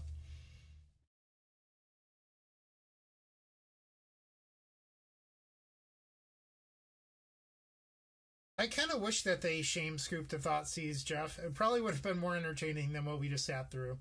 But thinking 30 seconds on all of my decisions, they definitely deserve to get Grape Shot.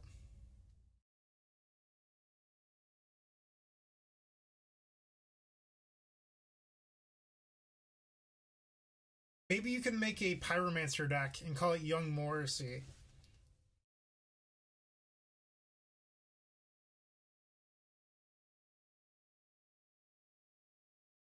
Oh, so it's just like a bad version of ATS then. The Zookeeper, Samuel James Arukas.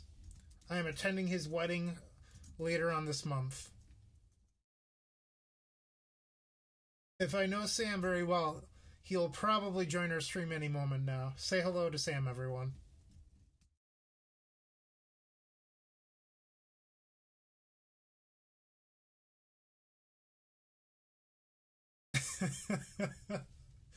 Sam's offering us 800 chests to concede. What a great guy. Alright, he's playing Miracles. This hand's okay. We'll try this.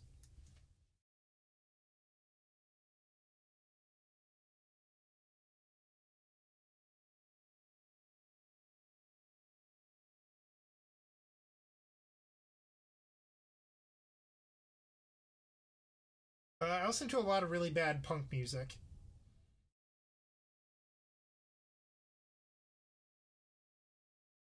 I think we're just going to fire off this Ponder right now to avoid Spell Pierce.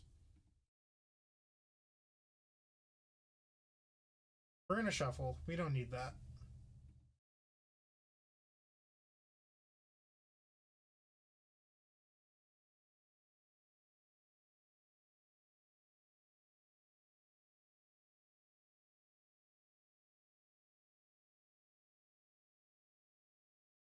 That was interesting. Lead off turn 2 with the Brainstorm, so he's probably missing a second land and wanted... Like, I'd be willing to bet that Sam has Force in hand.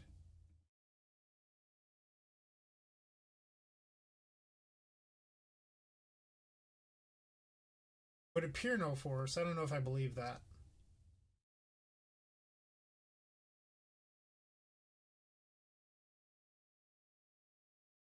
Ponder might actually be the best card here. Well, shuffled. I'll take Brainstorm.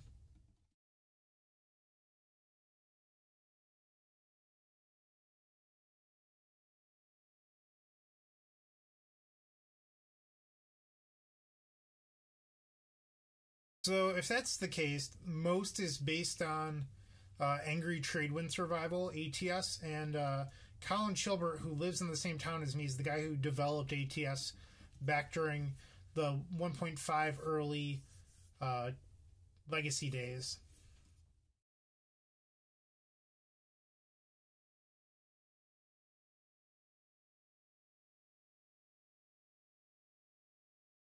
That was good.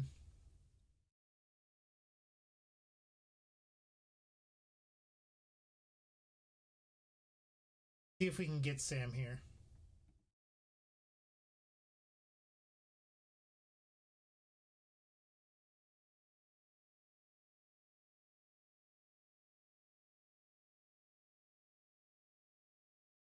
So I won't lie, I didn't really count my mana. I kind of just assumed we had enough for ad nauseum. So we're making some goblins and praying. This is what happens when I pay too much attention to the chat.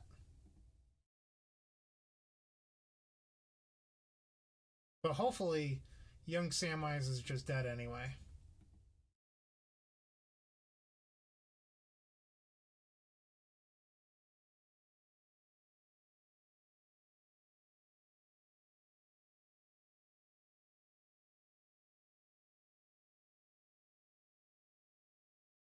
I think he probably should have AK'd in response to Tutor to get a random chance at drawing Force.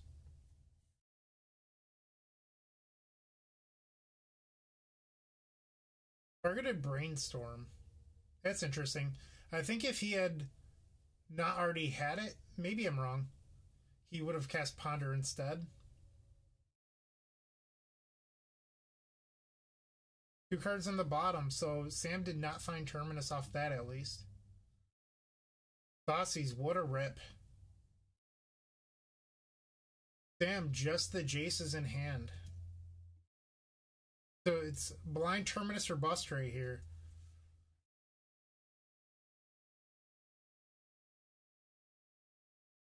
Boom, we got the ruckus.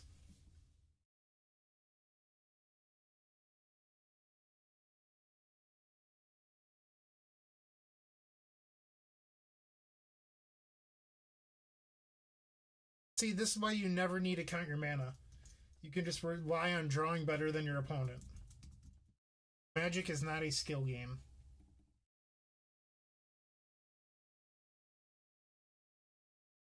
So we're boarding in hopes, we're shaving a Chrome Mox. You can do that because you're gaining 3 artifacts for Opal. You can shave a Rite of Flame, you don't really need them. And it's actually kind of nice being able to Burning Wish for Rite of Flame in some spots.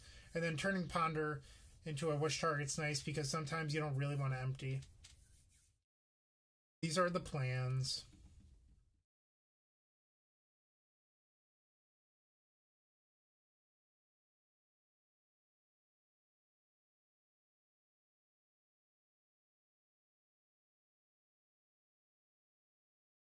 I don't love it.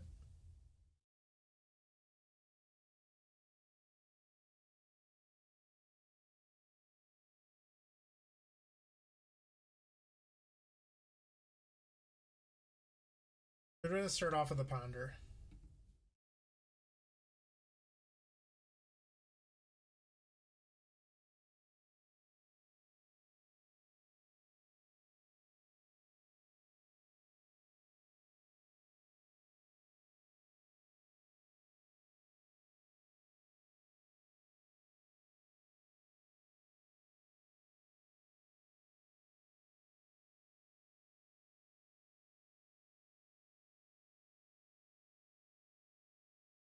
Sam did not shuffle.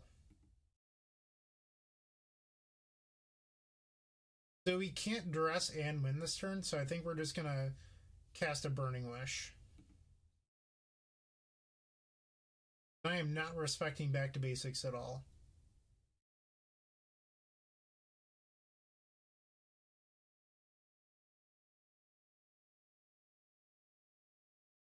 I'm just going to get the right.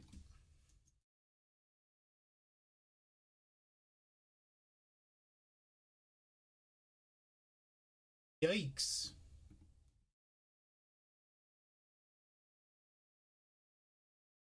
Alright, so we want to see a Mentor or a 2 right now.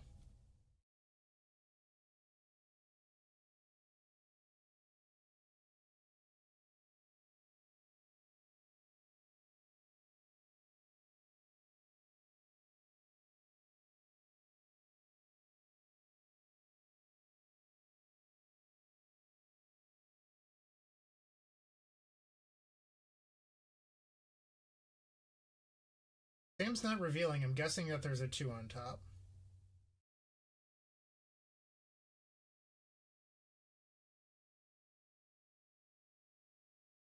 That's quite a hand.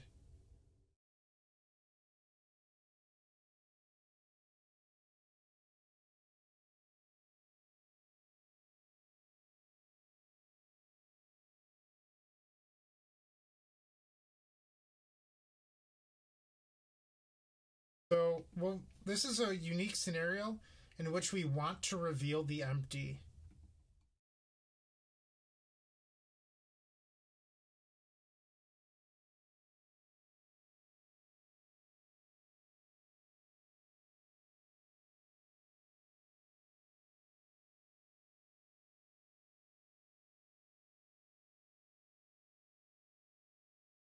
All right, so we're at 4.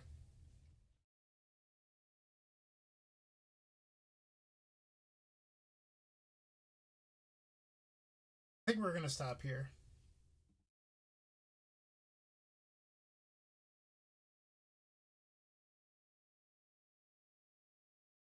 I should probably click through the yield on counterbalance so I can stop doing that. You still get a land drop as well.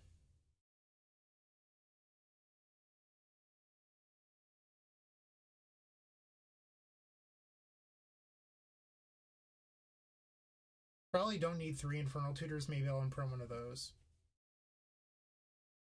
I think we want all of our cantrips here.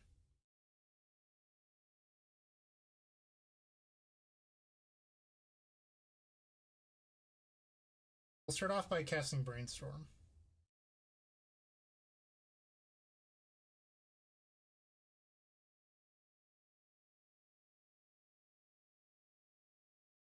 Two more Moxes was a good pickup.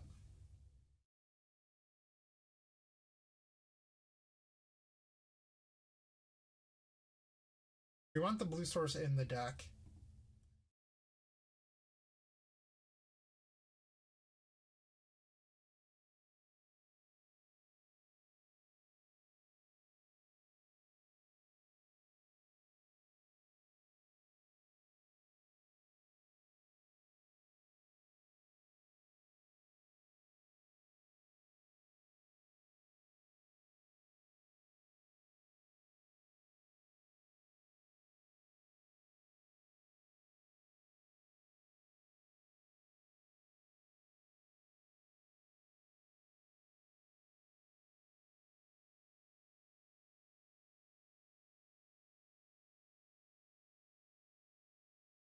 Uh,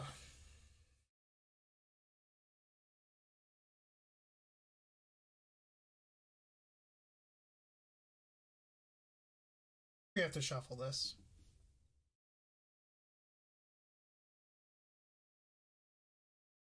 Brainstorm.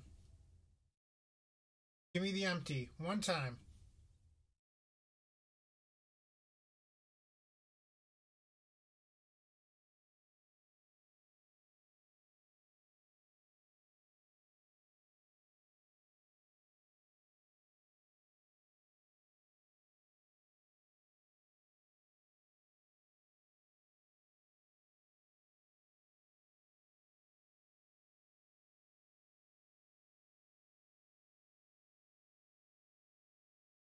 So I'm going to cast Tutor here, and I expect this to get countered.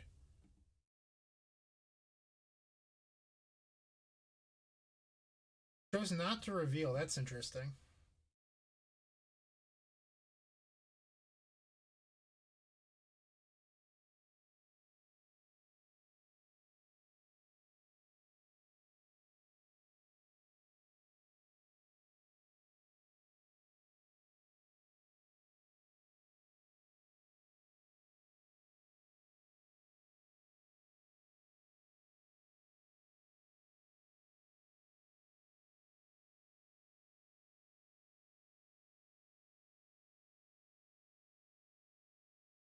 And it was AK on top. That's fine.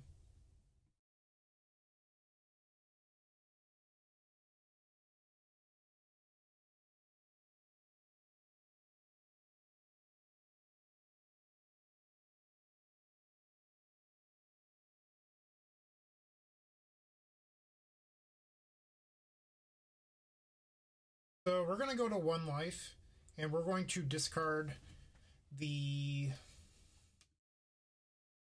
counter spell.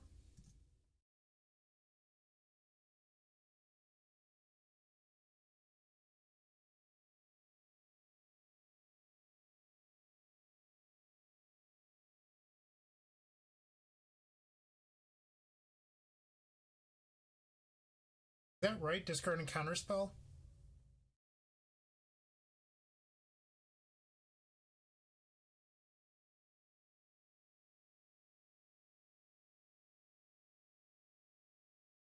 I think I'm supposed to keep the tutor.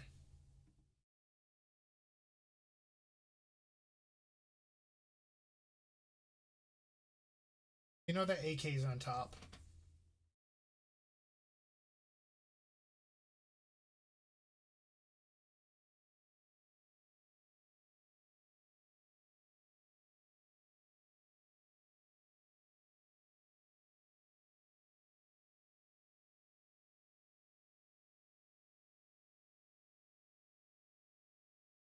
Oh, fuck you, Empty.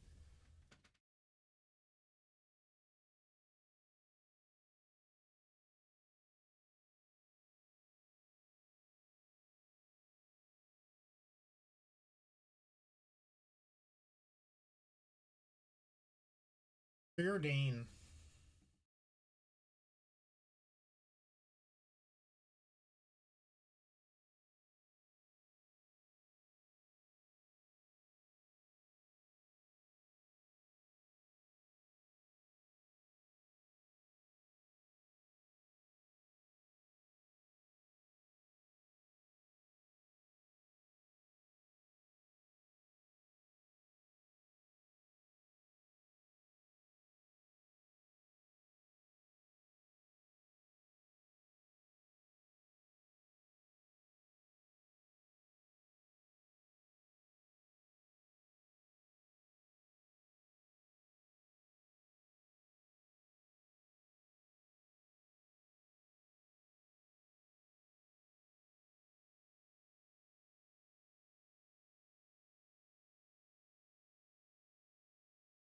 We still have 2 Lion's Eyes in our deck.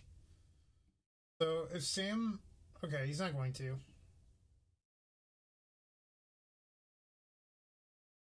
So Unsep, he's going to cast AK, drawing the Preordain.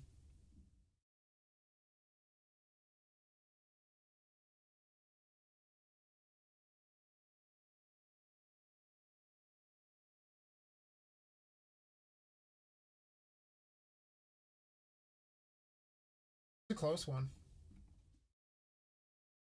1 on top, 1 on the bottom. So Sam kept the fetch land.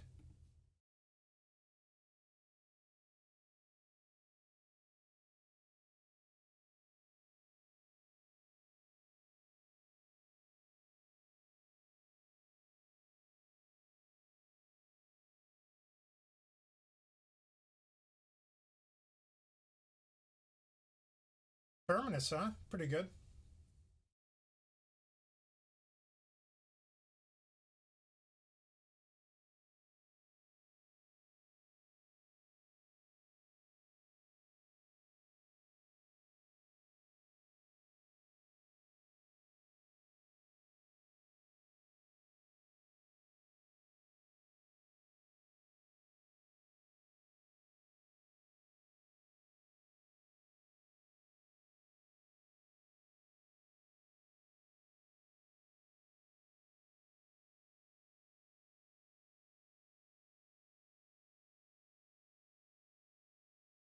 Chooses not to reveal.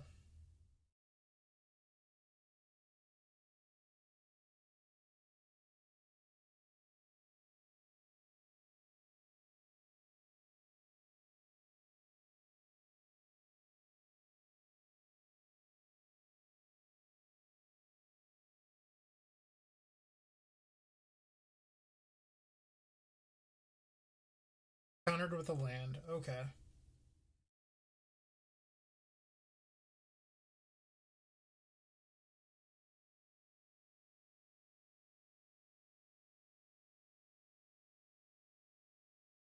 I think if Sam only has the Fluster, he's flat dead.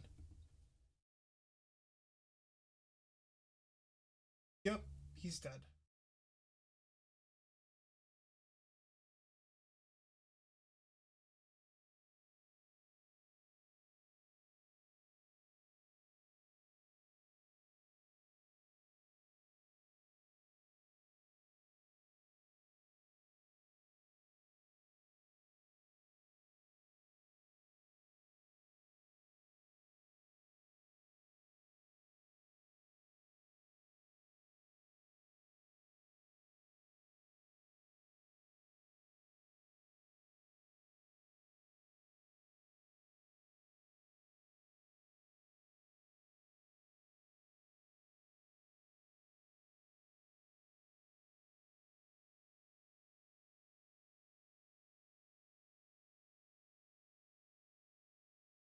I won't grape shot Sam. I don't want to be uninvited from his wedding. Cool. It's a good match. Look at that. We've broken even on this league. How incredible is that? And we won with Past in Flames again.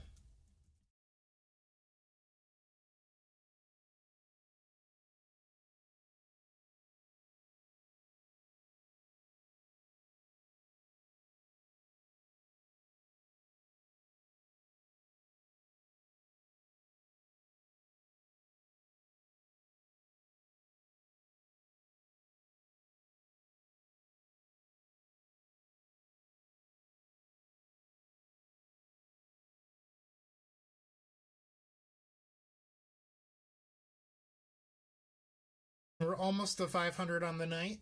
Pretty crazy stuff.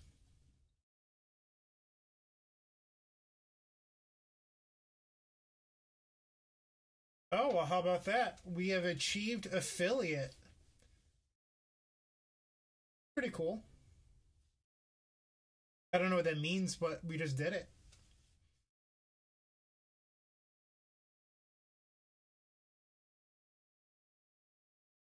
Now we are facing another very powerful Miracles Wizard and Tom Mackin. Faced Tom the other night, also on Miracles, and got fairly lucky and won.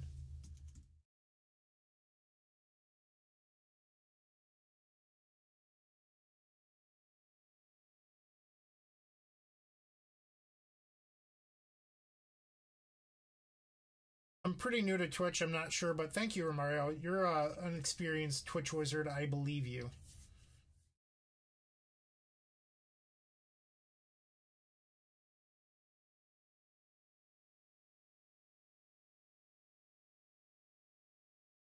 Tom is shuffled.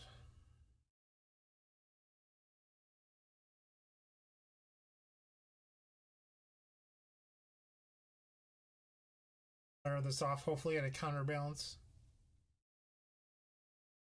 Not a very strong hand. That's how our game one we won last time is Tom drew very poorly.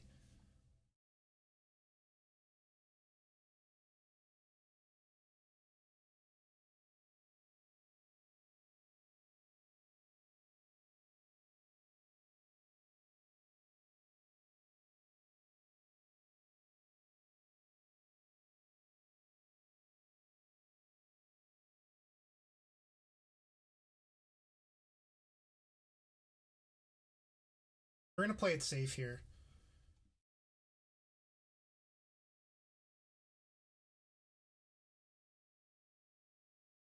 Perfect.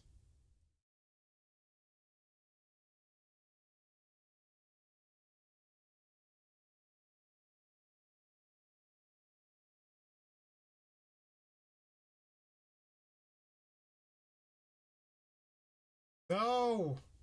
We are a turn too slow and we got punished. Maybe I should have been a little more risky.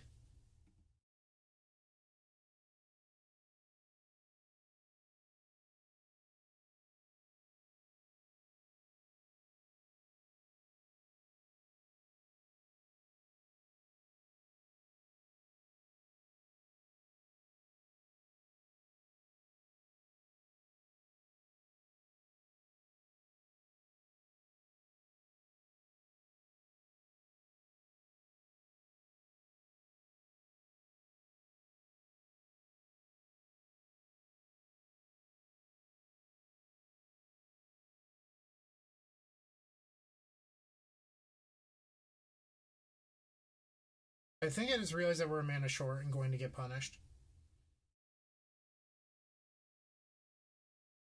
Fuck. One too many discard spells.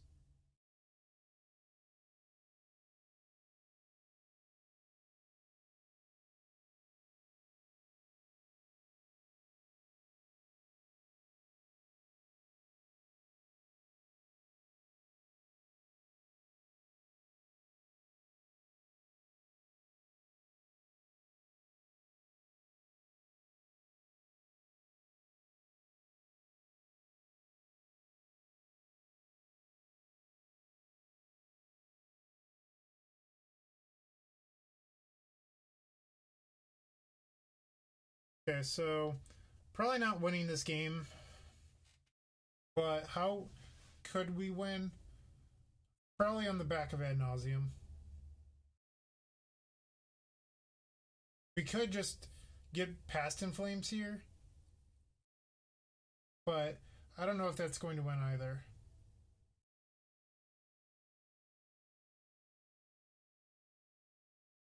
Past in flames seems like it's going to need a lot of work. Try it.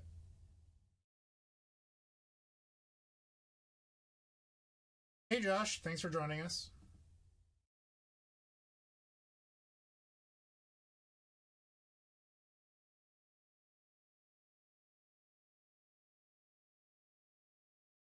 Alright, so we're going to need to draw something pretty good. Rite of Flames, Dark Ritual, LEDs. Probably not Thoughtseize.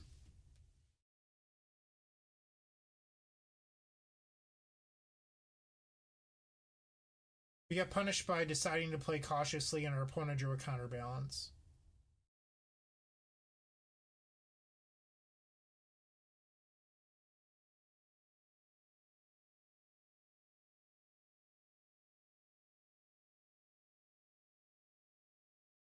Test out the waters with this Thoughtseize.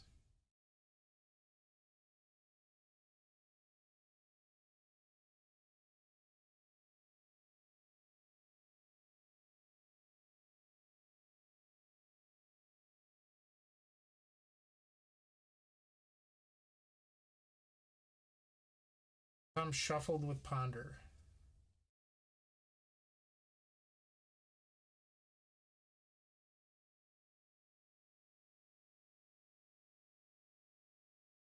Snapcaster was the reveal.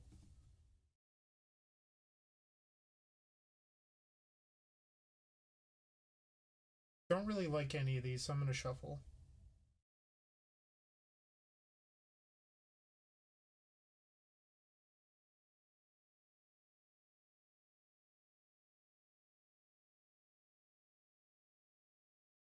I haven't been playing that well tonight.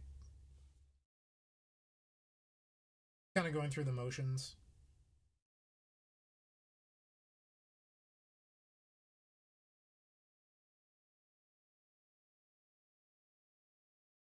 Other counterbalance is pretty good for him.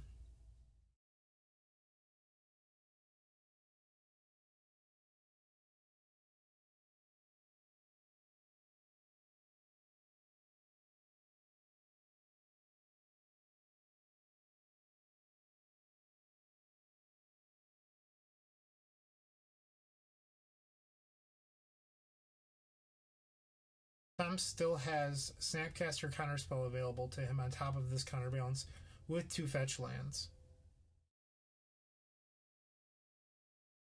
So even if we go Rite of Flame here, it resolves and we play Past in Flames, the Past in Flames will get countered by Snap Counterspell. I don't know if that's worth it because we know that Tom can just untap and play another counterbalance.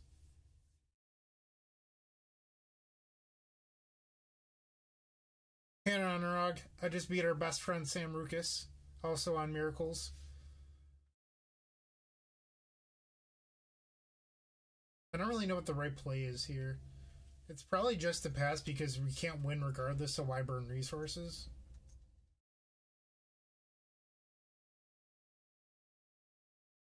We did in fact beat the Zookeeper.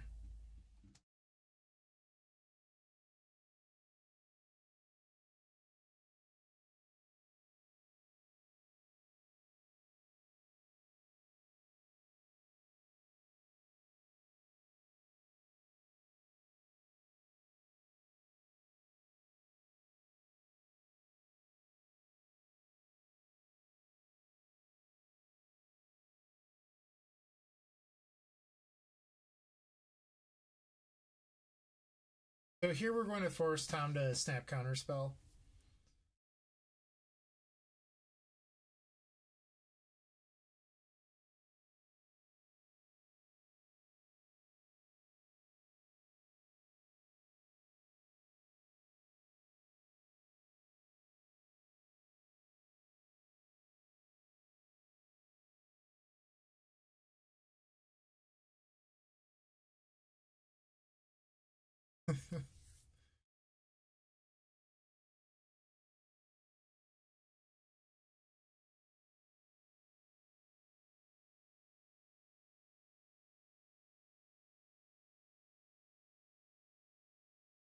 So now we're going to have to beat a Force of Will and 2 counterbalances.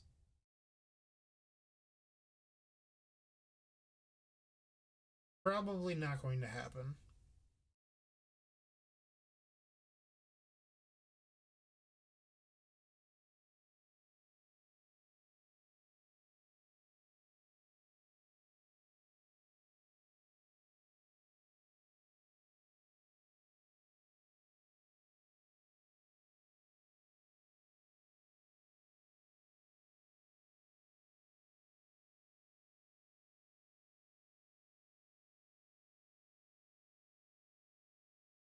I'm done wasting time on this game. We'll just move to game 2. We'll board the same as we did for the last match.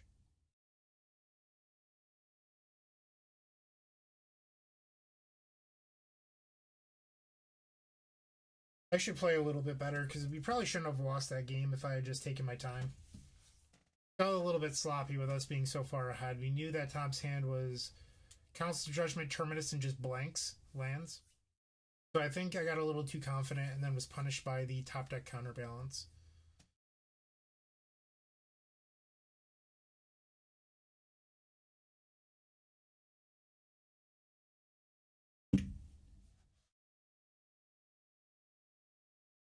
Might have just saw my pint glass.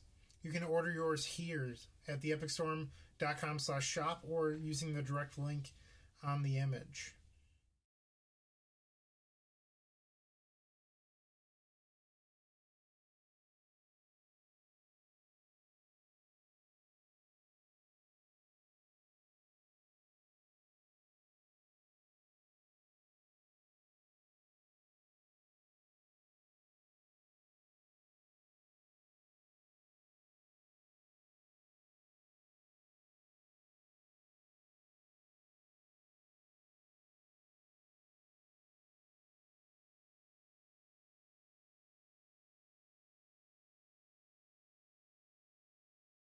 You can also get the Storm 20 baseball tee.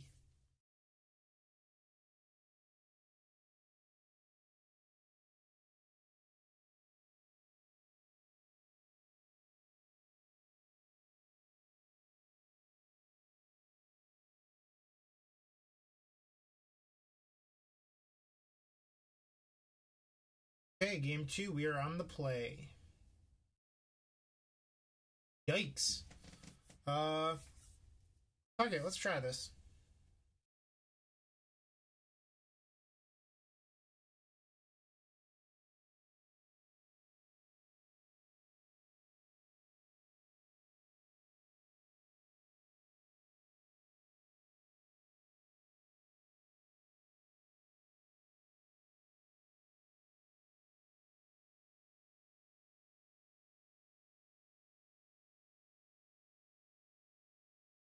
We'll get to do a pretty cool trick here with... So with the Chromax Trigger on the sack, we're going to cast Brainstorm.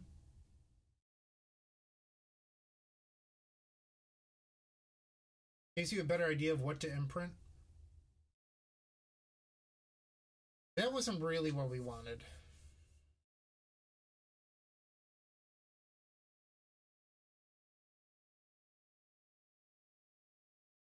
We're going to stack it like this. Now we'll imprint a Tutor and then cast Dress.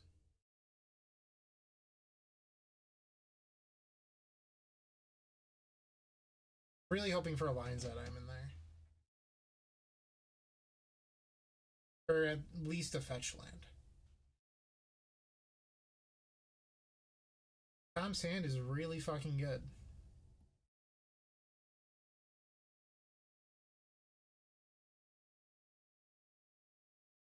That said, Tom is a little light on lands and doesn't have a cantrip.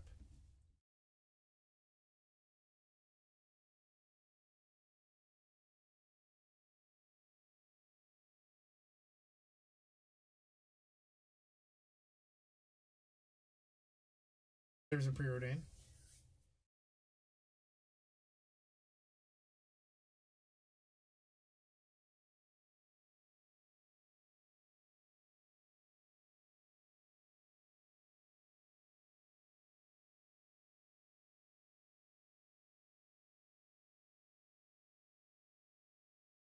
Maybe we shouldn't have 6. It might be a bad idea.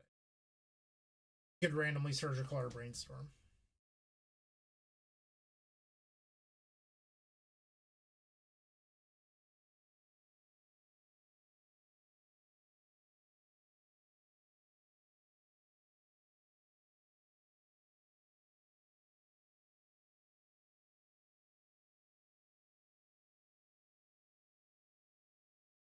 No reason for us to do anything yet.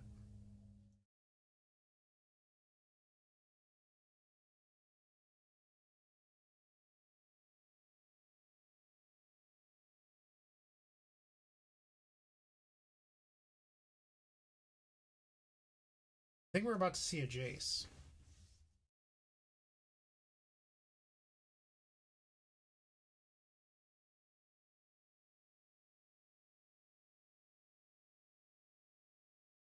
Or a Snapcast or preordain.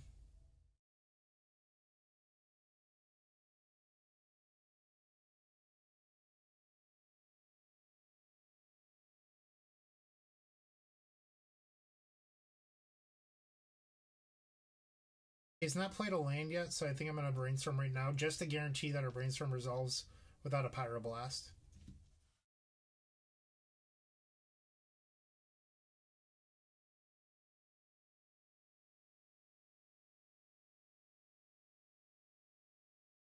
It's interesting.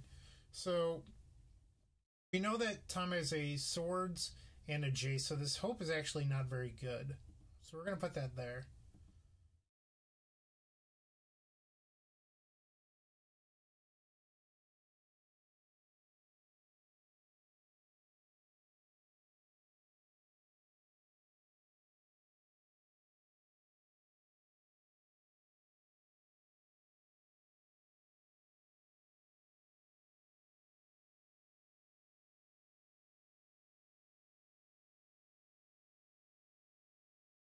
See if we can find a discard spell.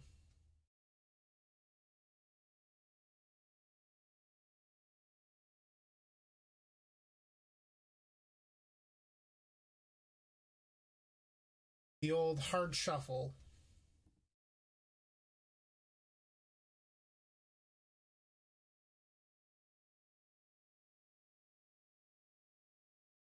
Alright, so maybe next turn we can plow through force.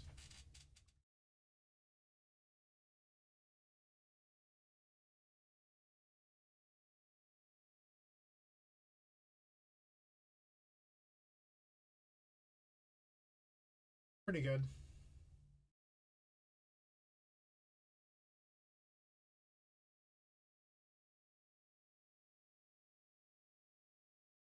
So Pierce, Snap, Pierce would counter here, but just one wouldn't.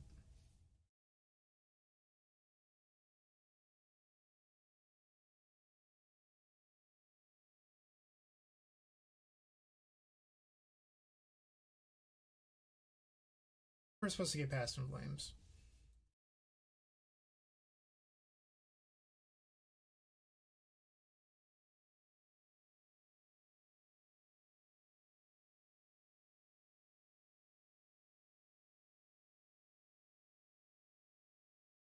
Face the Mind Sculptor. Tom's hand has to be stacked at this point.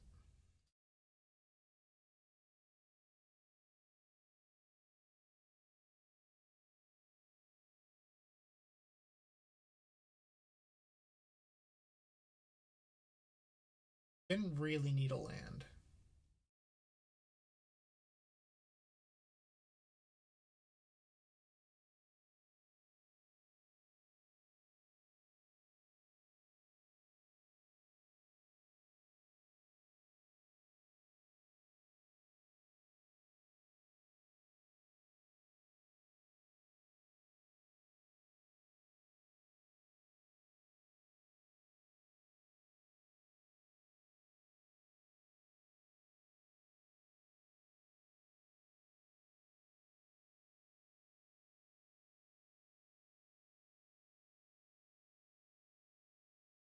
think I'm going to get empty here.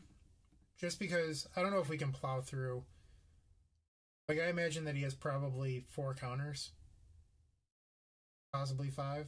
But we don't know if he has an answer for empty.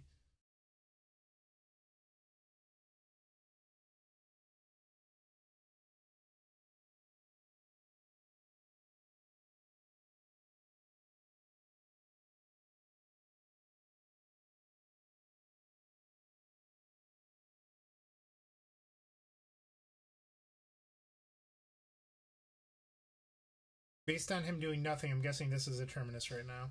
Yep.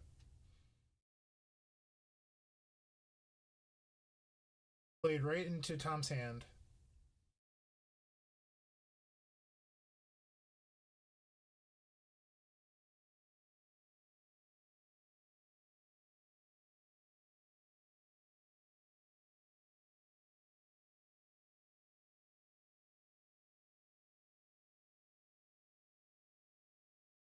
Fuck. I mean, it was bound to happen. It's what, turn 9?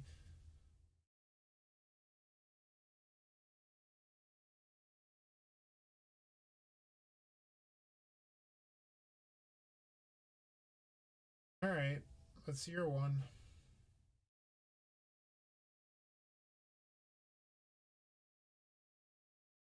We're gonna concede. We're not gonna win this one.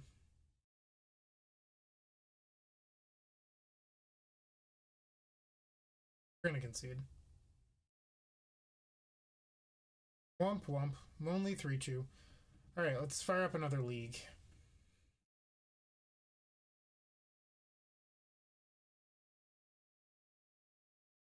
Maybe we can do a little bit better in this one.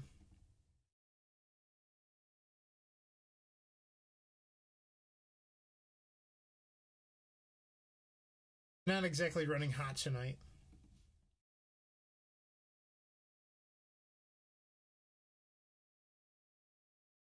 That said, I still wouldn't change a single card about the list.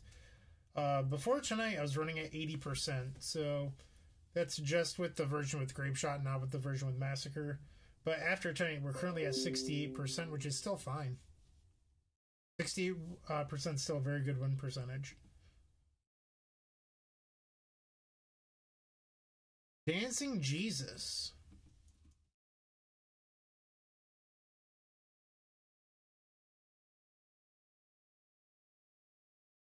On the play.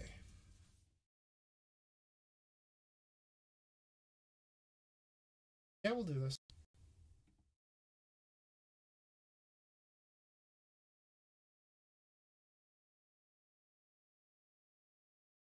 Opponent is still deciding.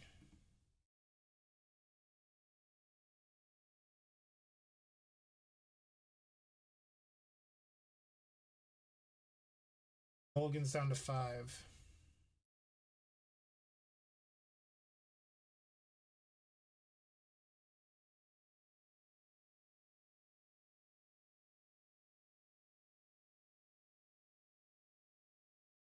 Another Cloud Post Eldrazi deck. Fuck these stupid decks. Playing Eldrazi is not playing Magic.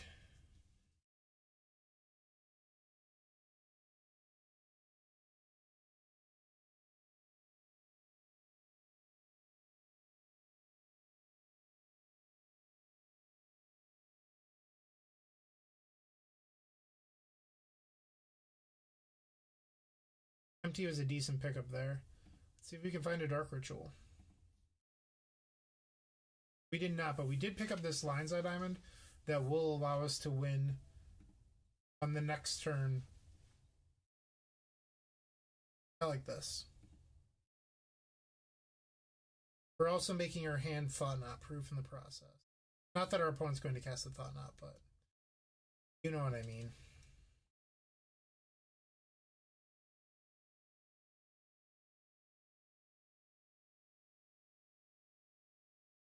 Hoping for no Simian Spear God Warping Whale.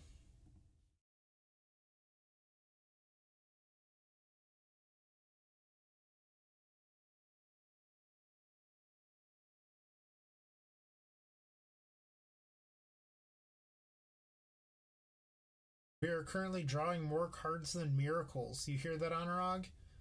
I draw more cards than you.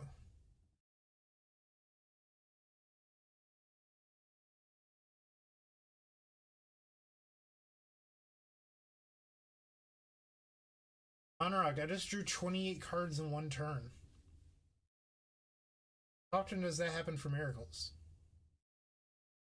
Never?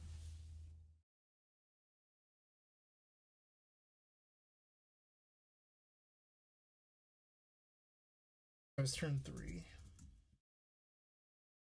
Okay, so against these prison style strategies, we bring in the Echoing Trees and we side out Ponders. You guys are not very chatty tonight. 25 of you watching. Say hello. Gosh, why you gotta be technical here? Drawing cards or drawing cards?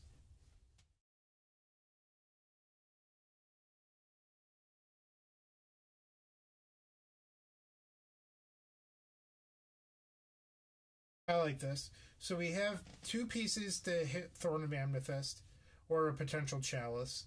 We also have 2 mountains for Pulverize, and we have the Burning Wish for Pulverize, while having 2 Dose Diamonds. Yeah, there's no chance we mulligan a hand like this.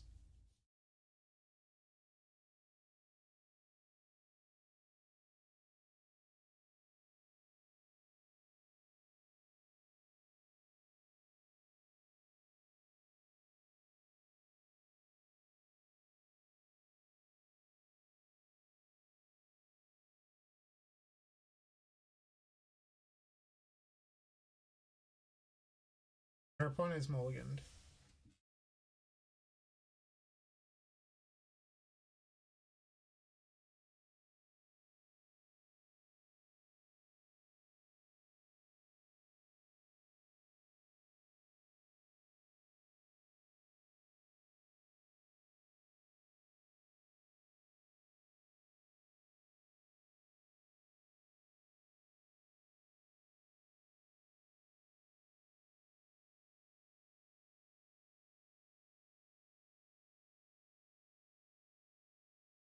Right, so we pretty much have to get a Badlands here.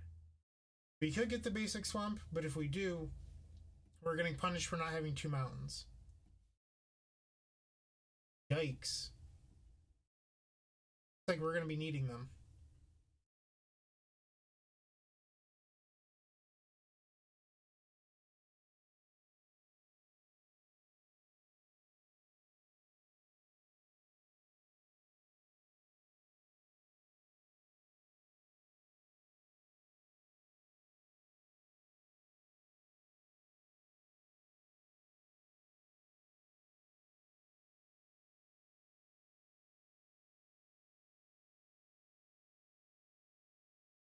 So we could just empty right now.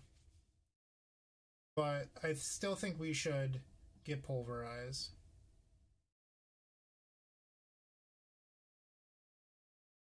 Send a message.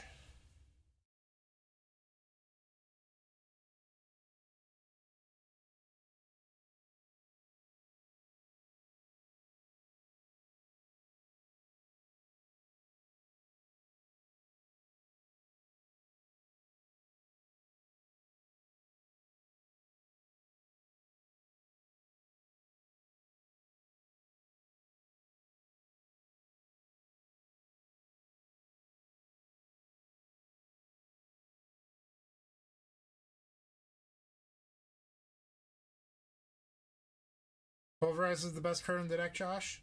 Maybe. Oh, I guess now we can just add Nauseum. Even better.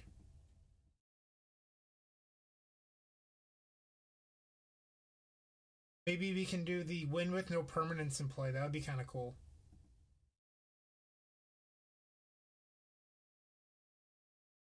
Gotta dodge a Warping Wheel off the top right there.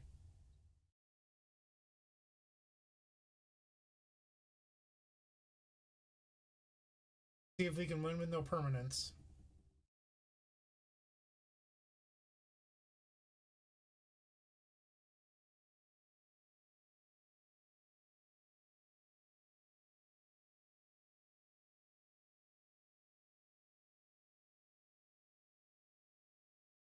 We'll stop there. 21 cards, sadly.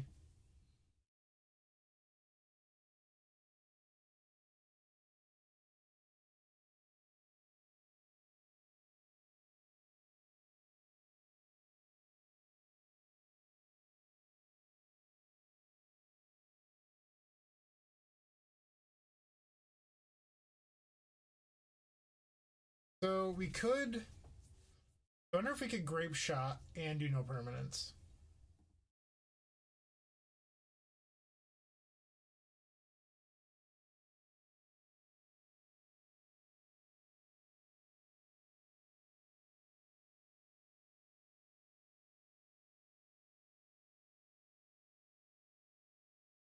Well, the Dean is here. Hello, Dean, and all of you fellow raiders. We are in the middle of a grape shot, or attempting to grape shot turn, while also winning without having any permanence.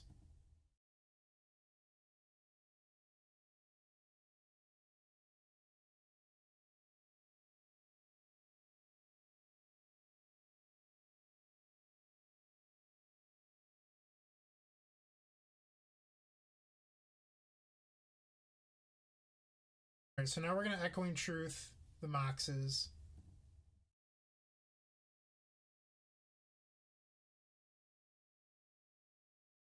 Oh no, I just screwed up. I forgot that I couldn't replay Mox if I was trying to win without permanence.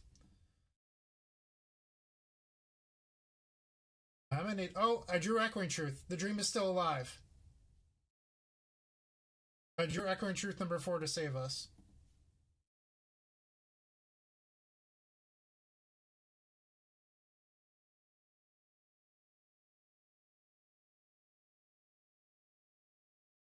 How lucky.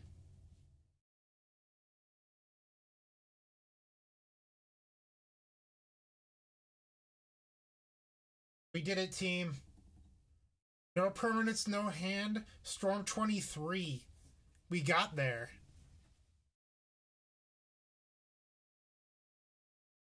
That's how you beat Eldrazi while having a minus 500 record on the night.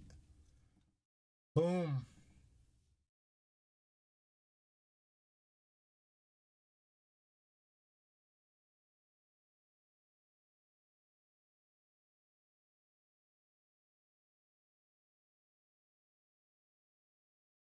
Was a turn 3 win for the spreadsheet.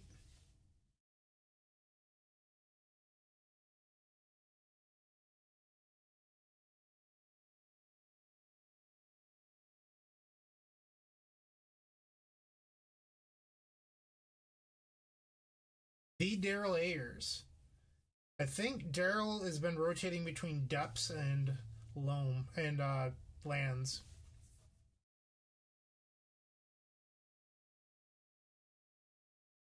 Hey Phil, is the audio better since the last time that you joined the stream?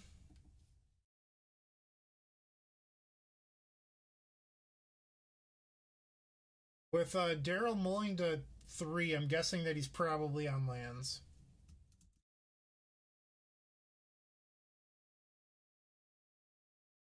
Mulling to 4, I'm sorry. Basic Plains. Death and Taxes. I don't know what this kind of shenanigans is.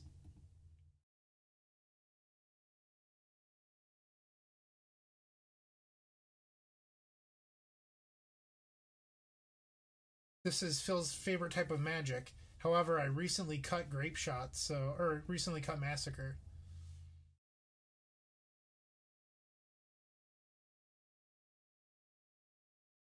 Alright, so this sword is not going to matter. We have plenty of discard.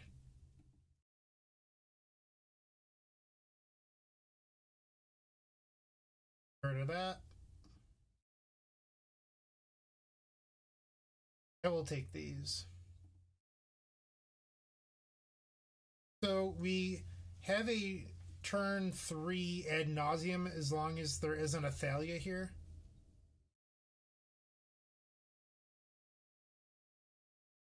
Alright, so they're going to port our swamp.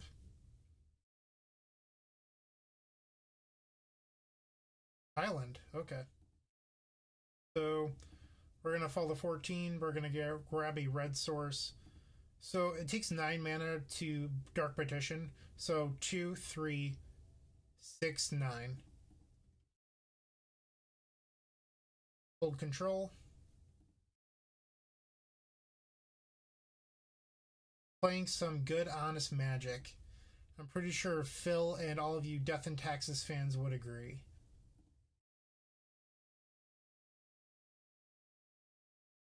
We do have Spell Mastery. Ad nauseum. Those zeros.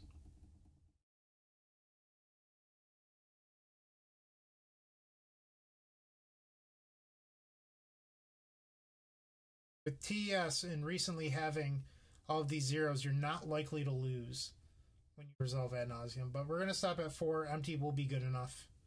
There shouldn't be any draws in their deck that can stop them from winning, or stop us from winning from here.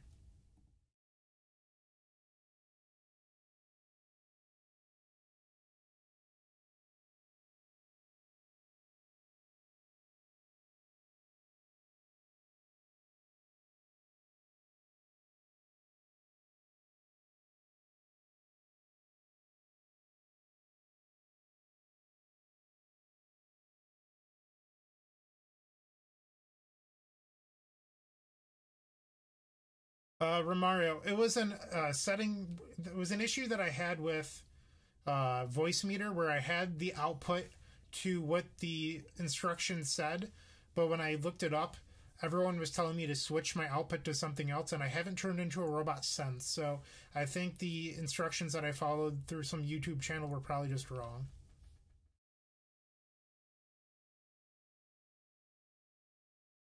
That was an ad nauseum into empty game, which isn't super common. Turn 3. Alright, so Death and Taxes on the draw.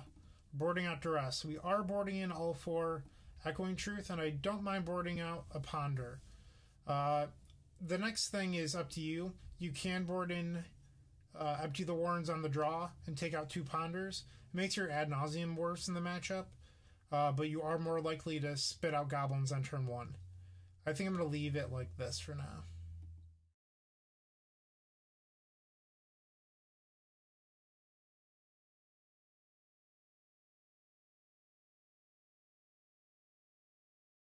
Hand is pretty close. I'm going to try it.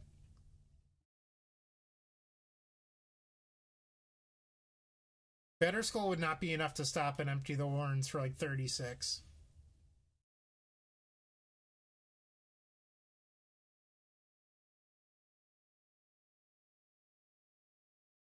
So there's the blue source we wanted. Alright, I'm going to fire off this brainstorm. Hopefully we find an Infernal Tutor. Yikes! Not even a fetch land. That was bad.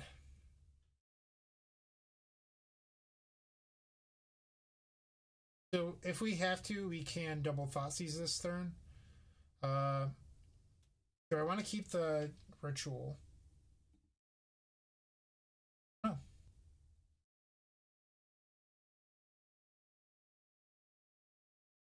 Alright, we have to take the Revoker.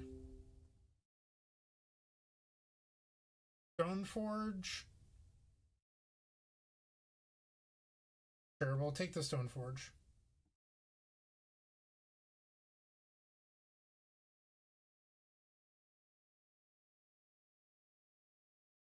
I don't think it matters if we play out the Lion's Eye Diamond or not. Viewers, if you have a strong opinion, let me know on if we should have played out the Lion's Eye Diamond there. Exactly, Natural Order. I board in the different art empty so that way I know if I draw them.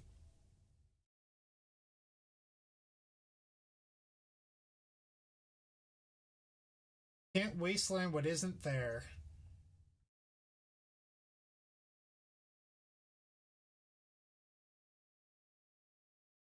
Router's pretty big game. So we know that the top card of our deck is Echoing Truth. Really? Revoker over Thalia.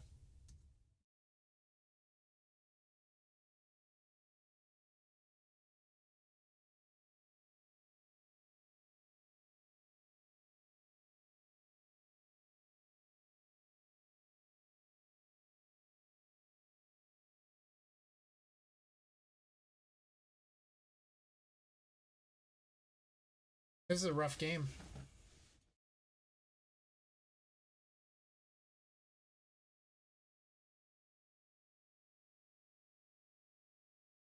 I usually don't expect to win the games on the draw, but I do expect them to be a little bit better than this. We can actually beat the Prelate on one. No reason to play out Badlands here. He named Chromox with the Revoker.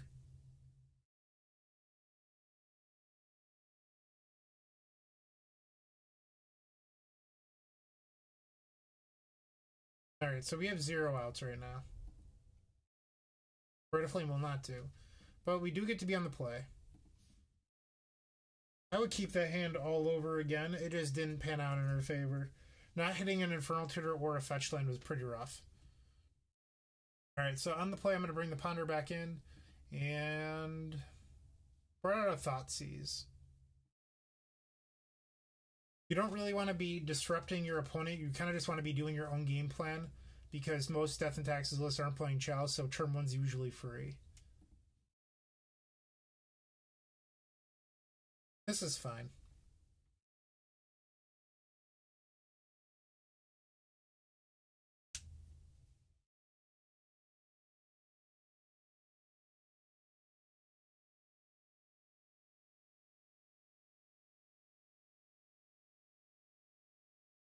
And Daryl Mulligan to 6.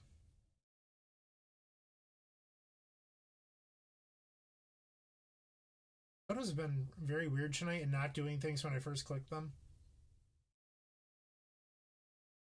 We're going to shuffle that.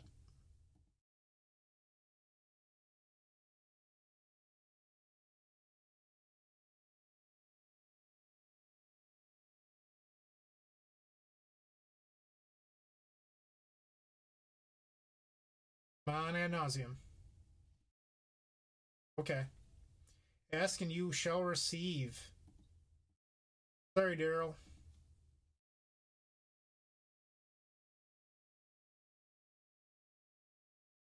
And I want the black mana floating, so I'm going to imprint Echoing Truth here.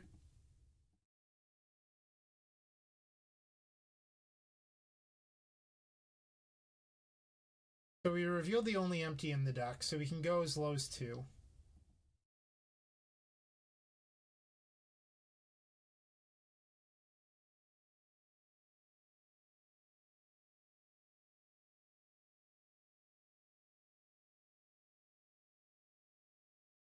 Photo lag. Alright, so now we're going to stop.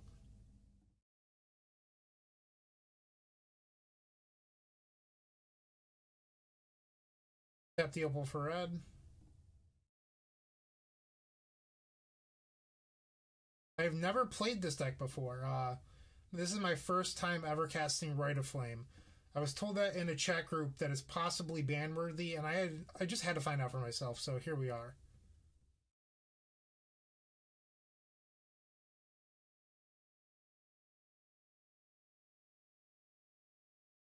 This is what you Death and Taxes players get. 10 drills, or sometimes 13 of them. Well, cool. Starting this league out right. 2-0. And back to 500 on the night. No, I don't need a bad manners, Daryl.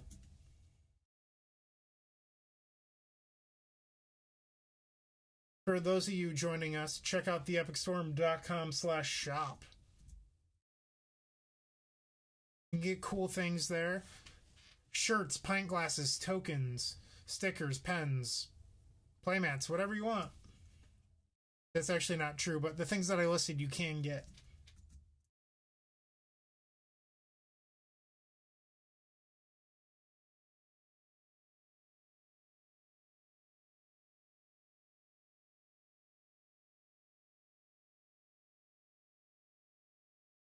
And since Phil thinks that this is adorable, here's the other epicstorm.com screen.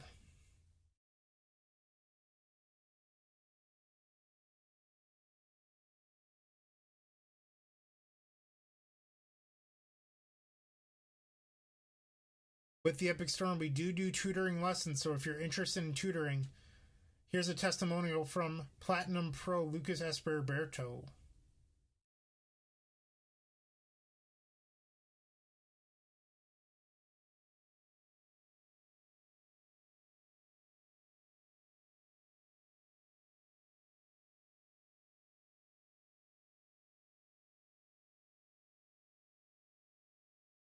If you're new to the Epic Storm, check out our sideboard guide.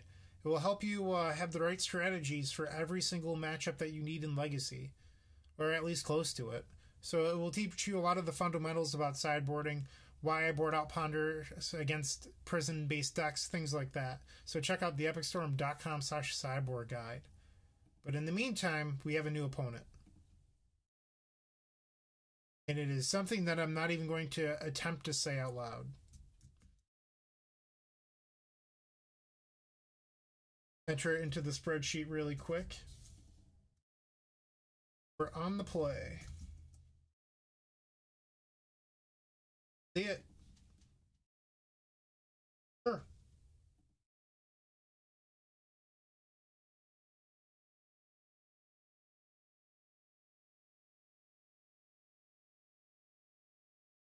Phil, I'm glad you're liking some of the design work I've been putting into the site. As someone who also does a lot of work for their site, I'm sure you understand how long some of this stuff takes.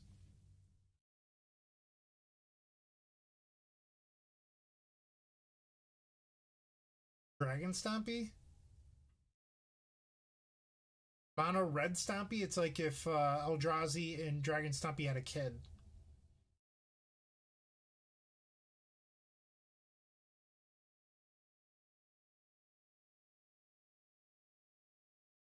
Is there a name for this?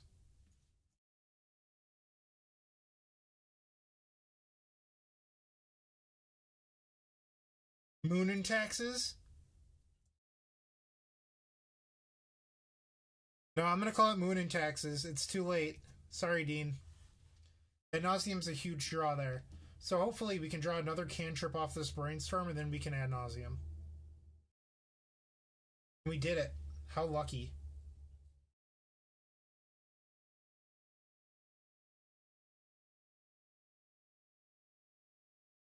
So now we're going to hide Burning Wish underneath this Mox.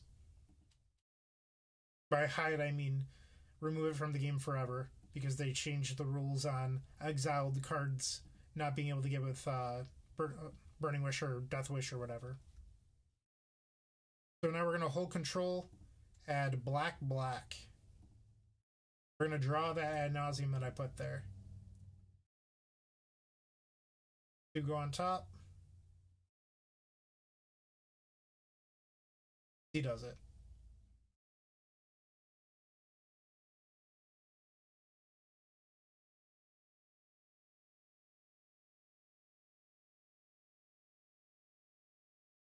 Trying to read and click yes, it's a little difficult.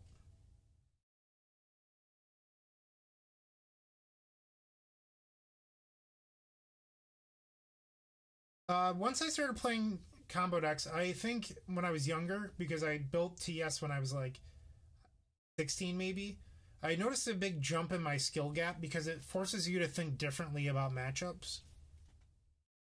And that's something that I hadn't done before at the time. So anytime that you are forced to plan ahead like you are with combo, it improves your overall game. So I think anyone that's never played a combo deck before should at least try it out. It doesn't have to be TES, but if you're ever forced to step outside your comfort zone and play a deck like Storm, you will see yourself slowly getting better.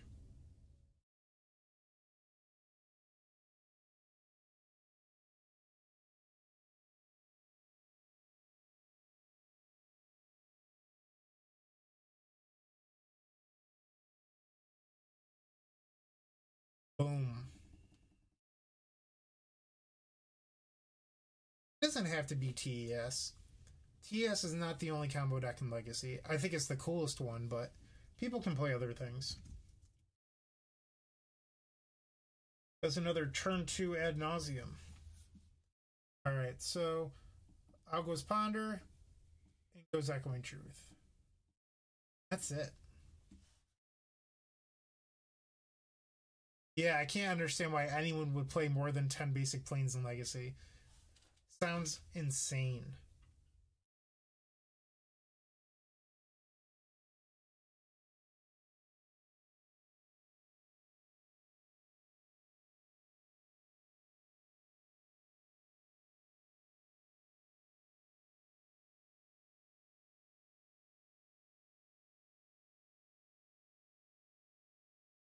So if you haven't seen them before, the Epic Storm sells their token sets. And here's a sneak peek.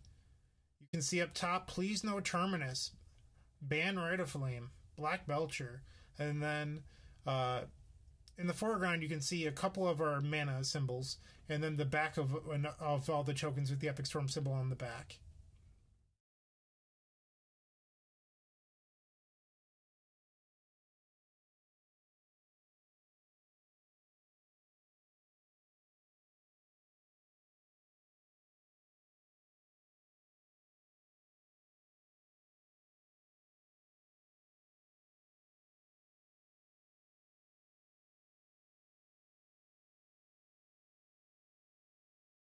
Alright.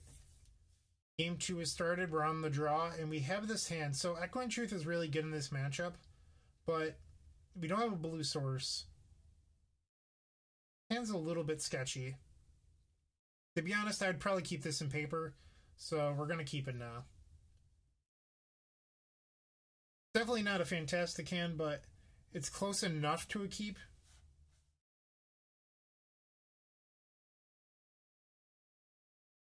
Well, fuck. Instead of needing 1 land, we now need 2.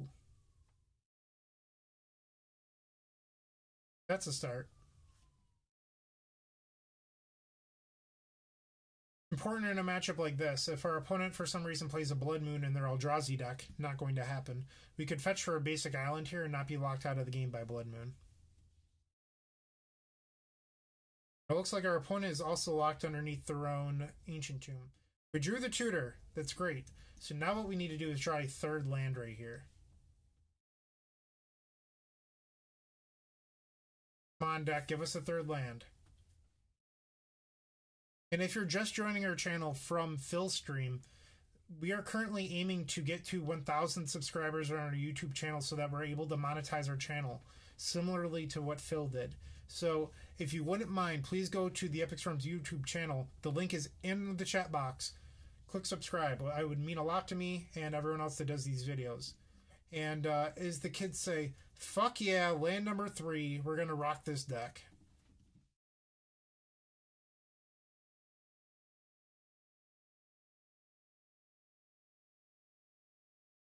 Nice Trinisphere, dude.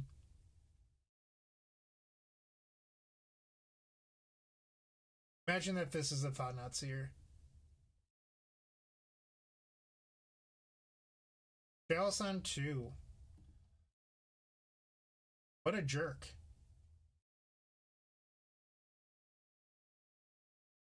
So we're going to Echoing Truth this Trinisphere and then duress it on our next turn. The downside is we have to naturally find our Ad Nauseam or our Empty at this point.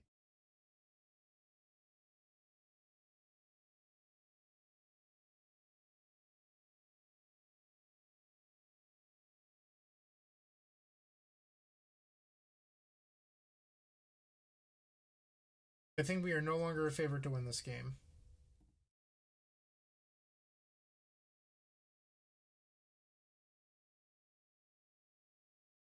Double Trinisphere. Yikes. That's an Infernal Titan coming down next turn, too.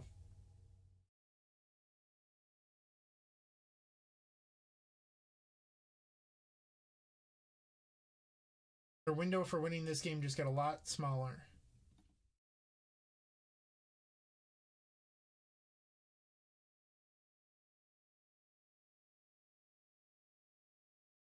Alright, so here's coming the Inferno Titan.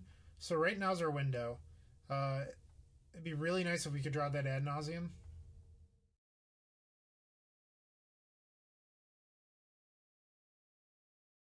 I mean, I'd also take the Empty just for 8. I think empty for 8 might be good enough here. Maybe not. Actually, you could empty for 10 by playing the tutor and letting it get countered.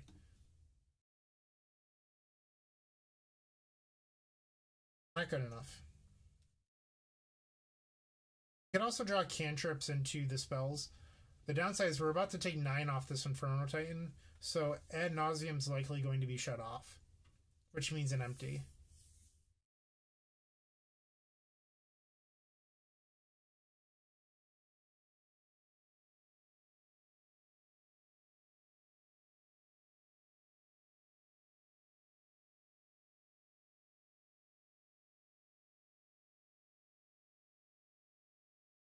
But what's nice about if we do manage to find the empties is that we're at 7 and not 6. Alright, that makes us dead.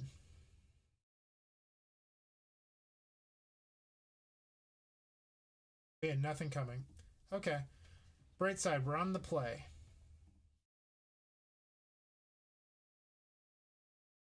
Infernal Titan's a little surprising after seeing Eldrazi in game 1.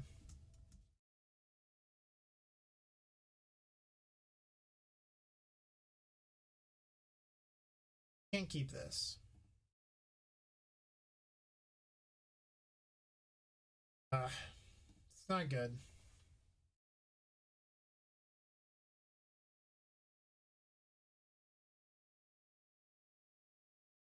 Don't really need that.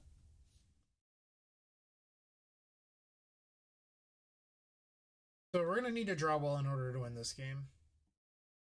But you can't ship a hand that has Thoughtseize and a double Echoing Truth against the Prison deck.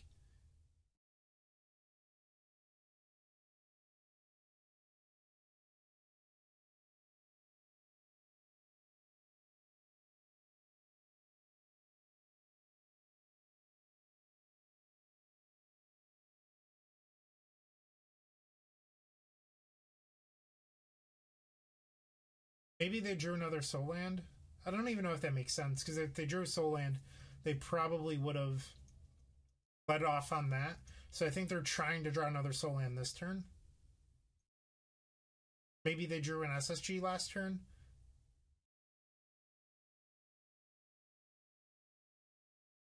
But if that was the case, they would have... I think they just sequenced their lands wrong. We're going to fire off this Brainstorm.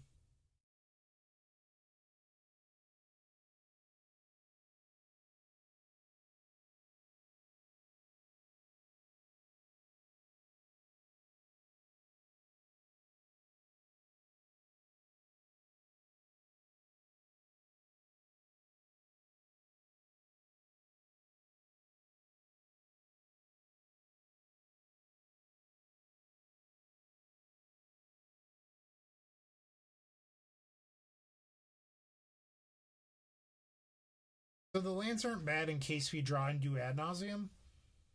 What's going to be nice is that we can bounce this Thought-Knot Seer and then draw a card. So, do we want to keep the second Echoing Truth that's on the top? Chat, it's your decision. We can either shuffle it away with Bloodstained Mire and take a fresh draw, or we can guarantee that we have an Echoing Truth for the rest of the game by just drawing the Echoing Truth off the Thought-Knot trigger.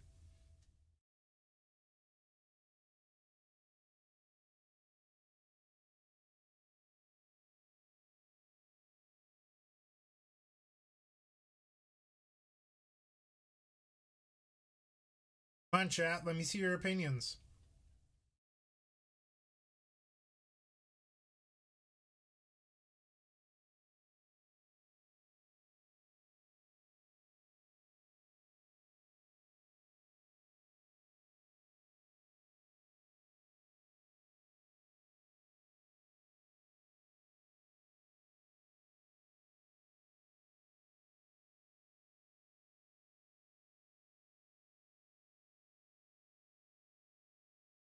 So, Phil, does that mean you want to shuffle away the Echoing Truth? I feel like just guaranteeing that don't lose to a top deck Chalice or something is pretty important. I don't know. I kind of feel like we should draw the Echoing Truth.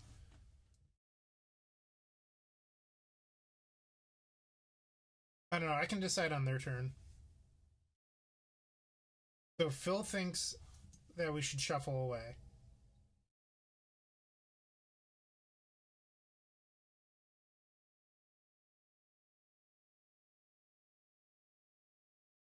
All right, Phil. This is your game. I'm going to shuffle.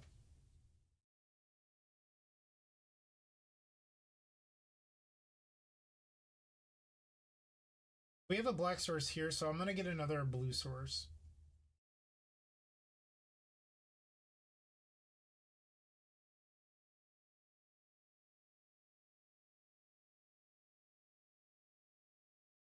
Ritual's okay.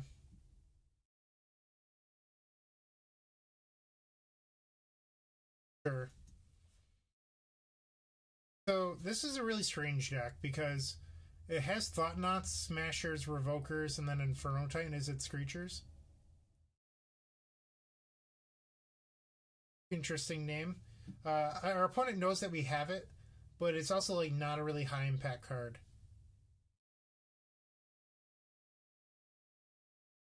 So we can empty for 8 here. I think that's probably the move.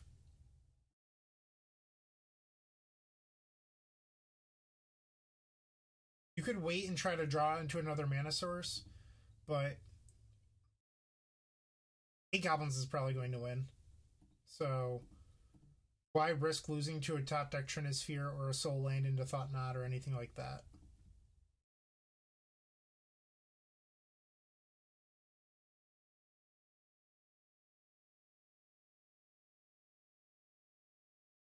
Yeah, it didn't seem like a great name to me either.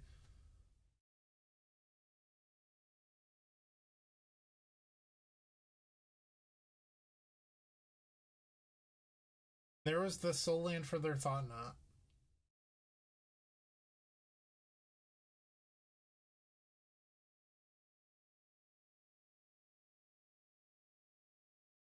Nice if we could draw an Infernal Tutor or one of the other 3 Echo Entries 3 here.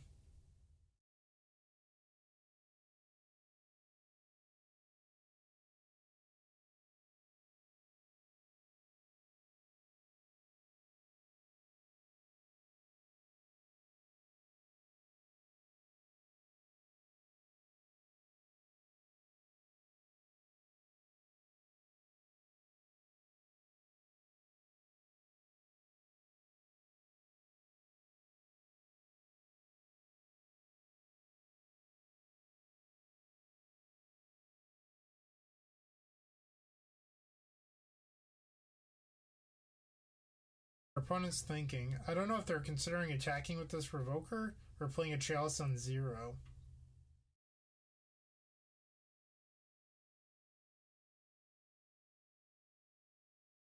Alright, we're gonna crash.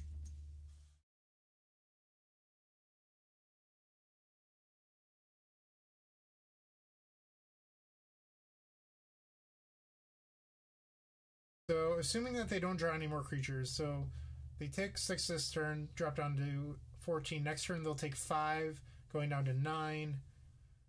Then 4, going down to 5. So it's going to be pretty close. And this is always just assuming that they don't play another creature.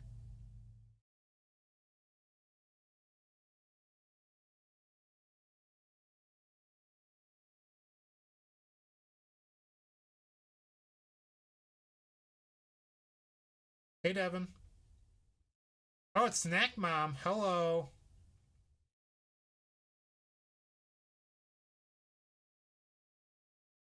How's it going? Everyone say hi to Snack Mom. The attack with the Thought Knot. It's a little bold. Unless this is a sweeper.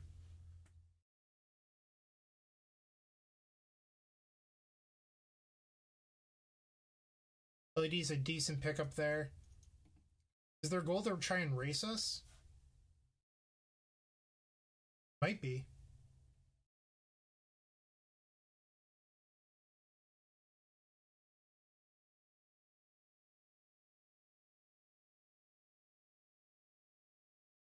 I could be wrong, but I think we win the race if they just swing out.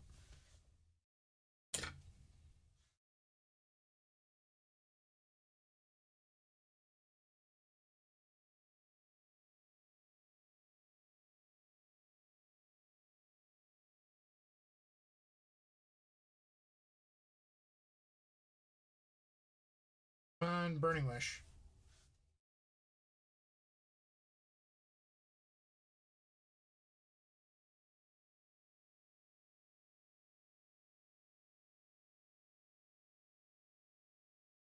So we swing here, they block. They go down to 5. Next turn they could swing both and put us down to 3, which would make us dead to an Inferno Titan. But we can't just play defense and expect to win.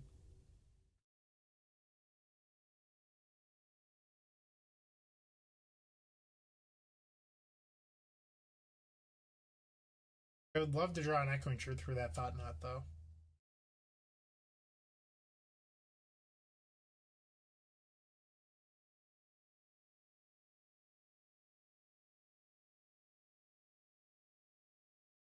Oh, is it the Titan? Oh, it's Titan. We're dead. Wow. Nice draw. Sad. Good draws happen. I just want to see what our next few draws would have been.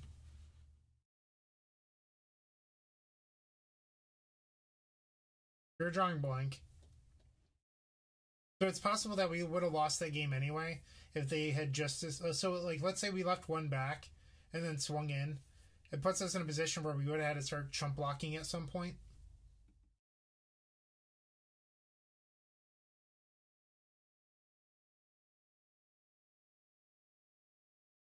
That was a close one. Can't be too upset about that. But once again, we are below 500 on the night for a record. Not great. Not the best of nights. KCC, the Brewmaster. KC likes playing strange 5-color piles, but the last time I faced him, he was on a Turbo Depth style deck. We'll keep this.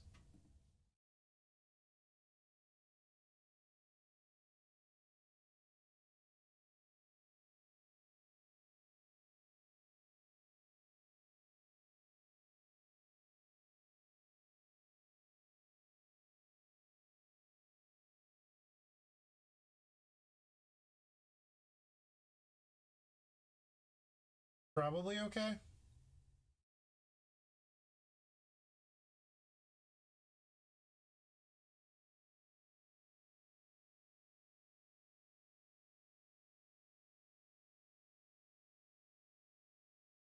Looks like depths tonight is the answer.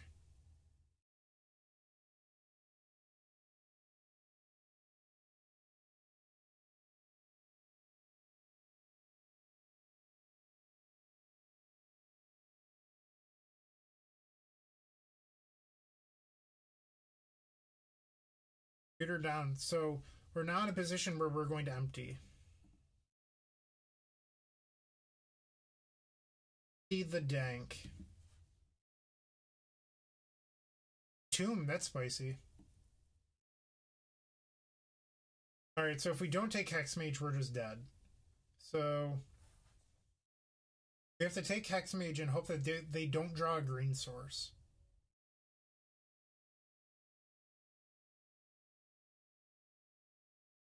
We do know that we're drawing Badlands next turn. But what's nice is that they Thoughtseize, so now if they draw a blocker, we still have lethal. Assuming that... Yeah, I think we've won this one. I could be wrong, unless they drew another Hex Mage here.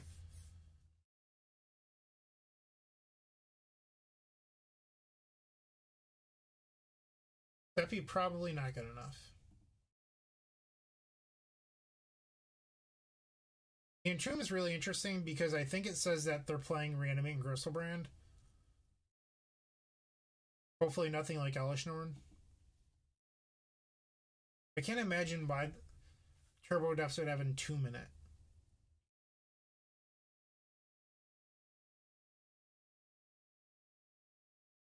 Okay. It's very strange. Against these depth decks, I like bringing in bounce spells and boarding out discard spells. In Jund Mirrors, you never want to be the person drawing discard spells in the late game. It's something that you can pick up from playing Modern, so if you are playing a discard spell mirror, it's usually pretty good to board out discard spells and just have a deck with a higher concentration of good cards in it.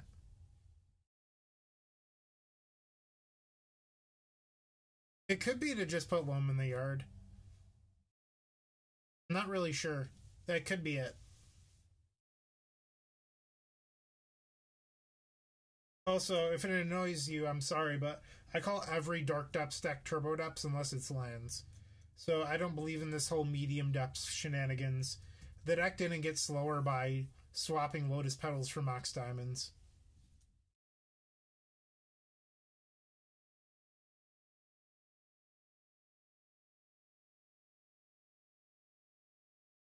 And our hand is very, very strong. We're going to keep this.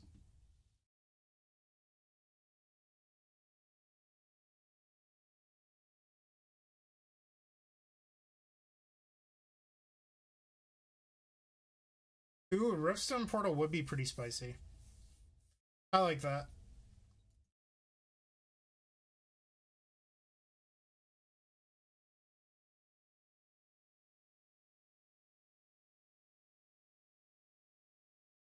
AC, we have a good one.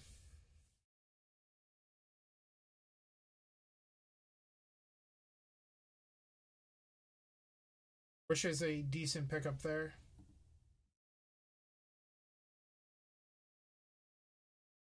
Green Sun probably means that they boarded in Gaddock Teague.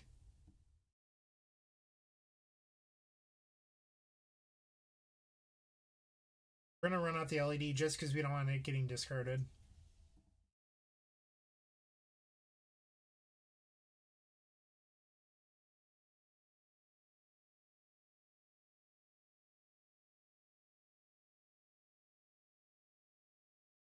Okay, so we're currently on the line where we Burning Wish for Dark Petition.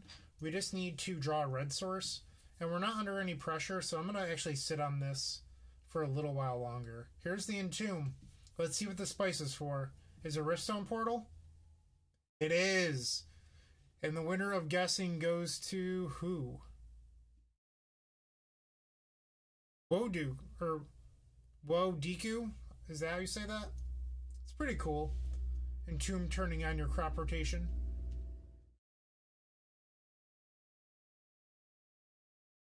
So this represents lethal with the crop rotation in their hand. So we're going to cast this Brainstorm on the end step.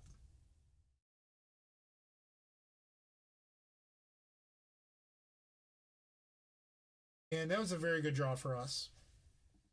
So by drawing Infernal Tutor, we no longer need to use Dark Petition, which means that the crop rotation can't shut off Spell Mastery anymore. We also found a red source if we wanted it.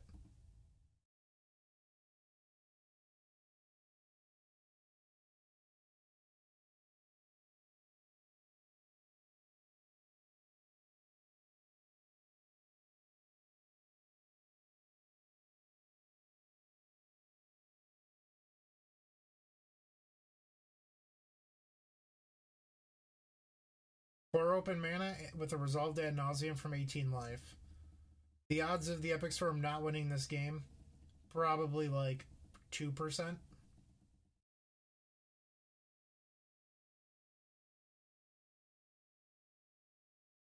I opened my mouth and now here we are. Just need to reveal Burning Wish though. We've already revealed our last 4. And there's the Burning Wish, so we can just stop there.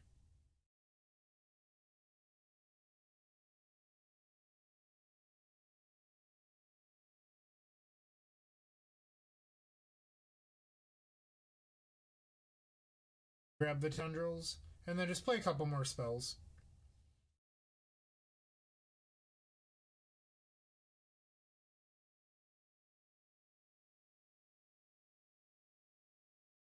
Casey's going to show us that they had lethal represented, but we already know that. Deku? Okay. Woot woot. See if we can 4-1 this league.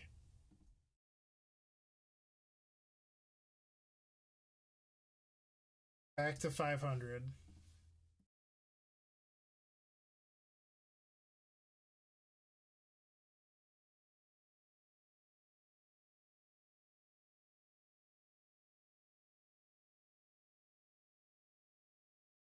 Good games, Casey.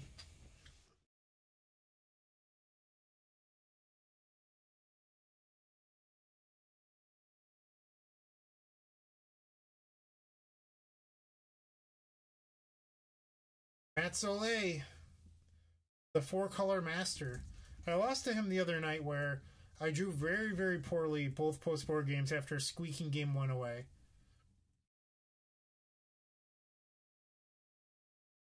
Hand is not very good.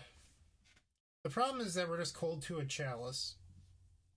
But even if our opponent doesn't have chalice, I don't know if this does a whole lot. So we could turn one brainstorm off here. Hopefully put back Burning Wish and get close to an ad nauseum.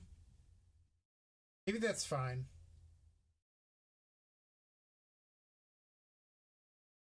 We'll just die to Chalice of the Void. Yep. We're dead. Oh, and there's the ad nauseum. Alright, so we're going to discard a blue source here. Or a blue card here.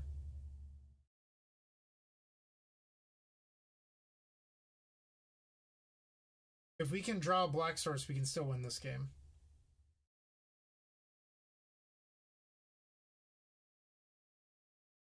Stop drawing blue cards.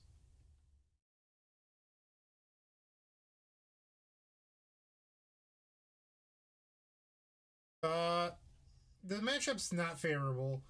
Having Chalice main game one is really, really big for them.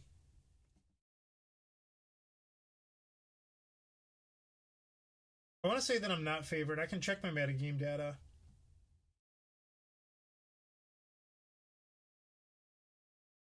I am 53% against four color loam.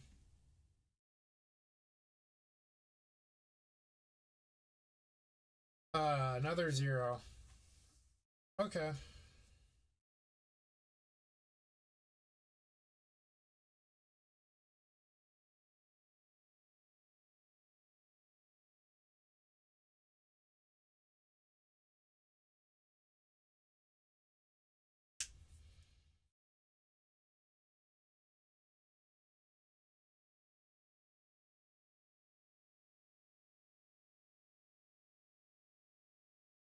Alright, no lands.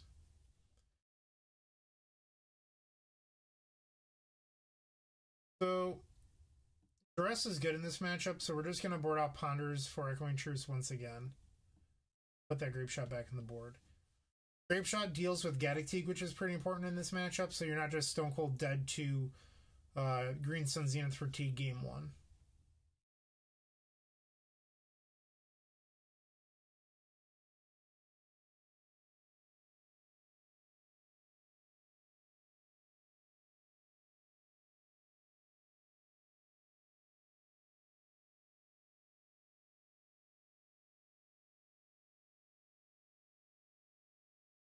EFL, that's also over 41 matches, so it's not a small sample size. Like 41 should give you a pretty good indicator of what you should expect out of the matchup. This is a fine hand. So what we're looking for out of this is to draw a Dark Ritual and another land at some point.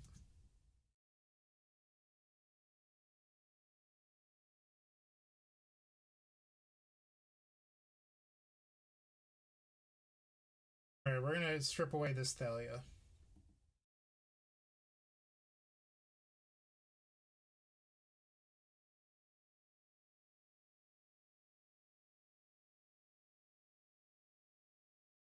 Guess you didn't want to play your Mox Diamond? Sorry, Mats.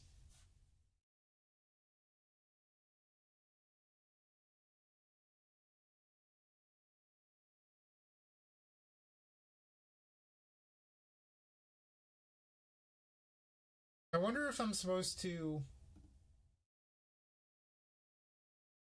get my Badlands here and cast Tutor for Rite of Flame.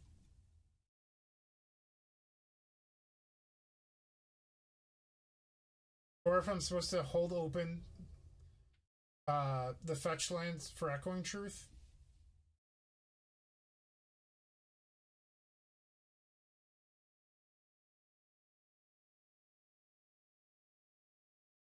I think I'm supposed to get the Badlands.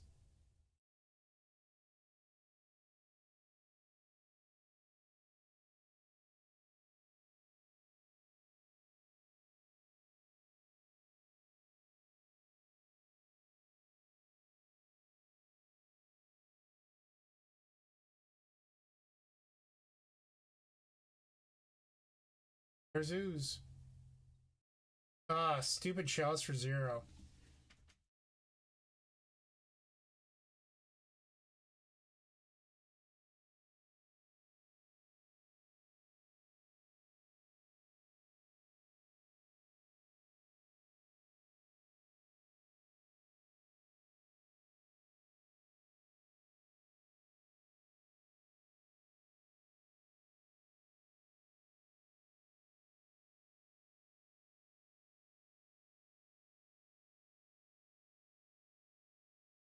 Maybe we're supposed to get another Rite of Flame here.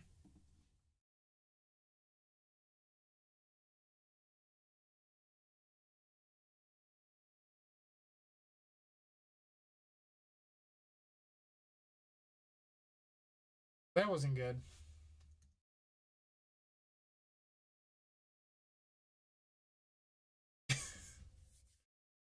That's funny. Guess we have to move to clean up.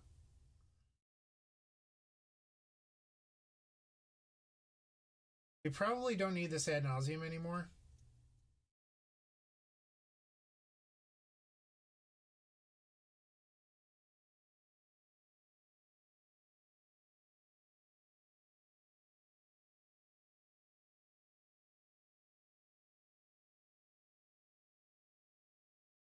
My draws this match have not been very good.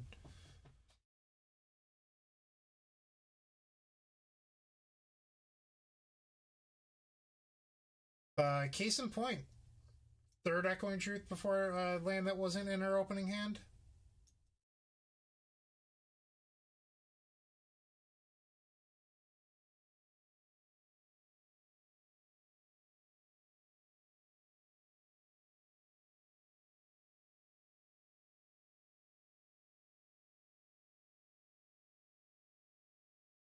Alright, I'm going to go ahead and concede that one.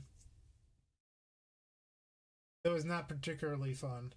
Alright, so I think I have time for one more league.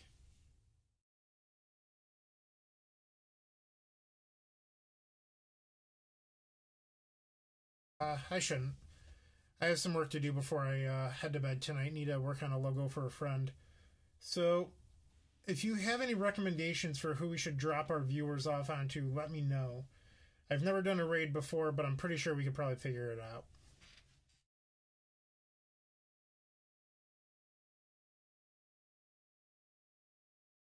Anyone else streaming Legacy right now?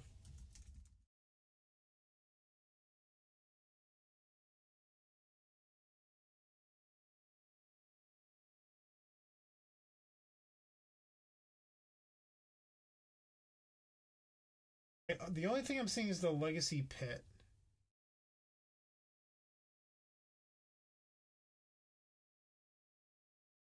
And myself.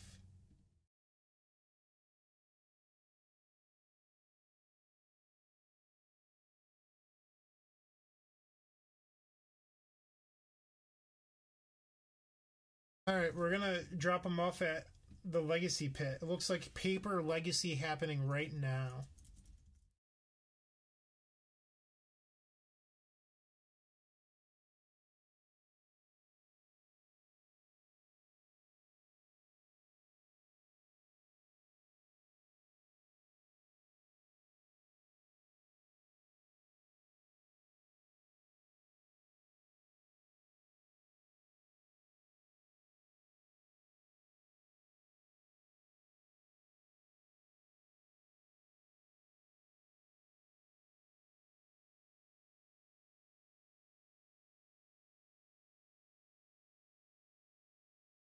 Alright, it looks like we're about to raid. This is exciting. I've never done this before.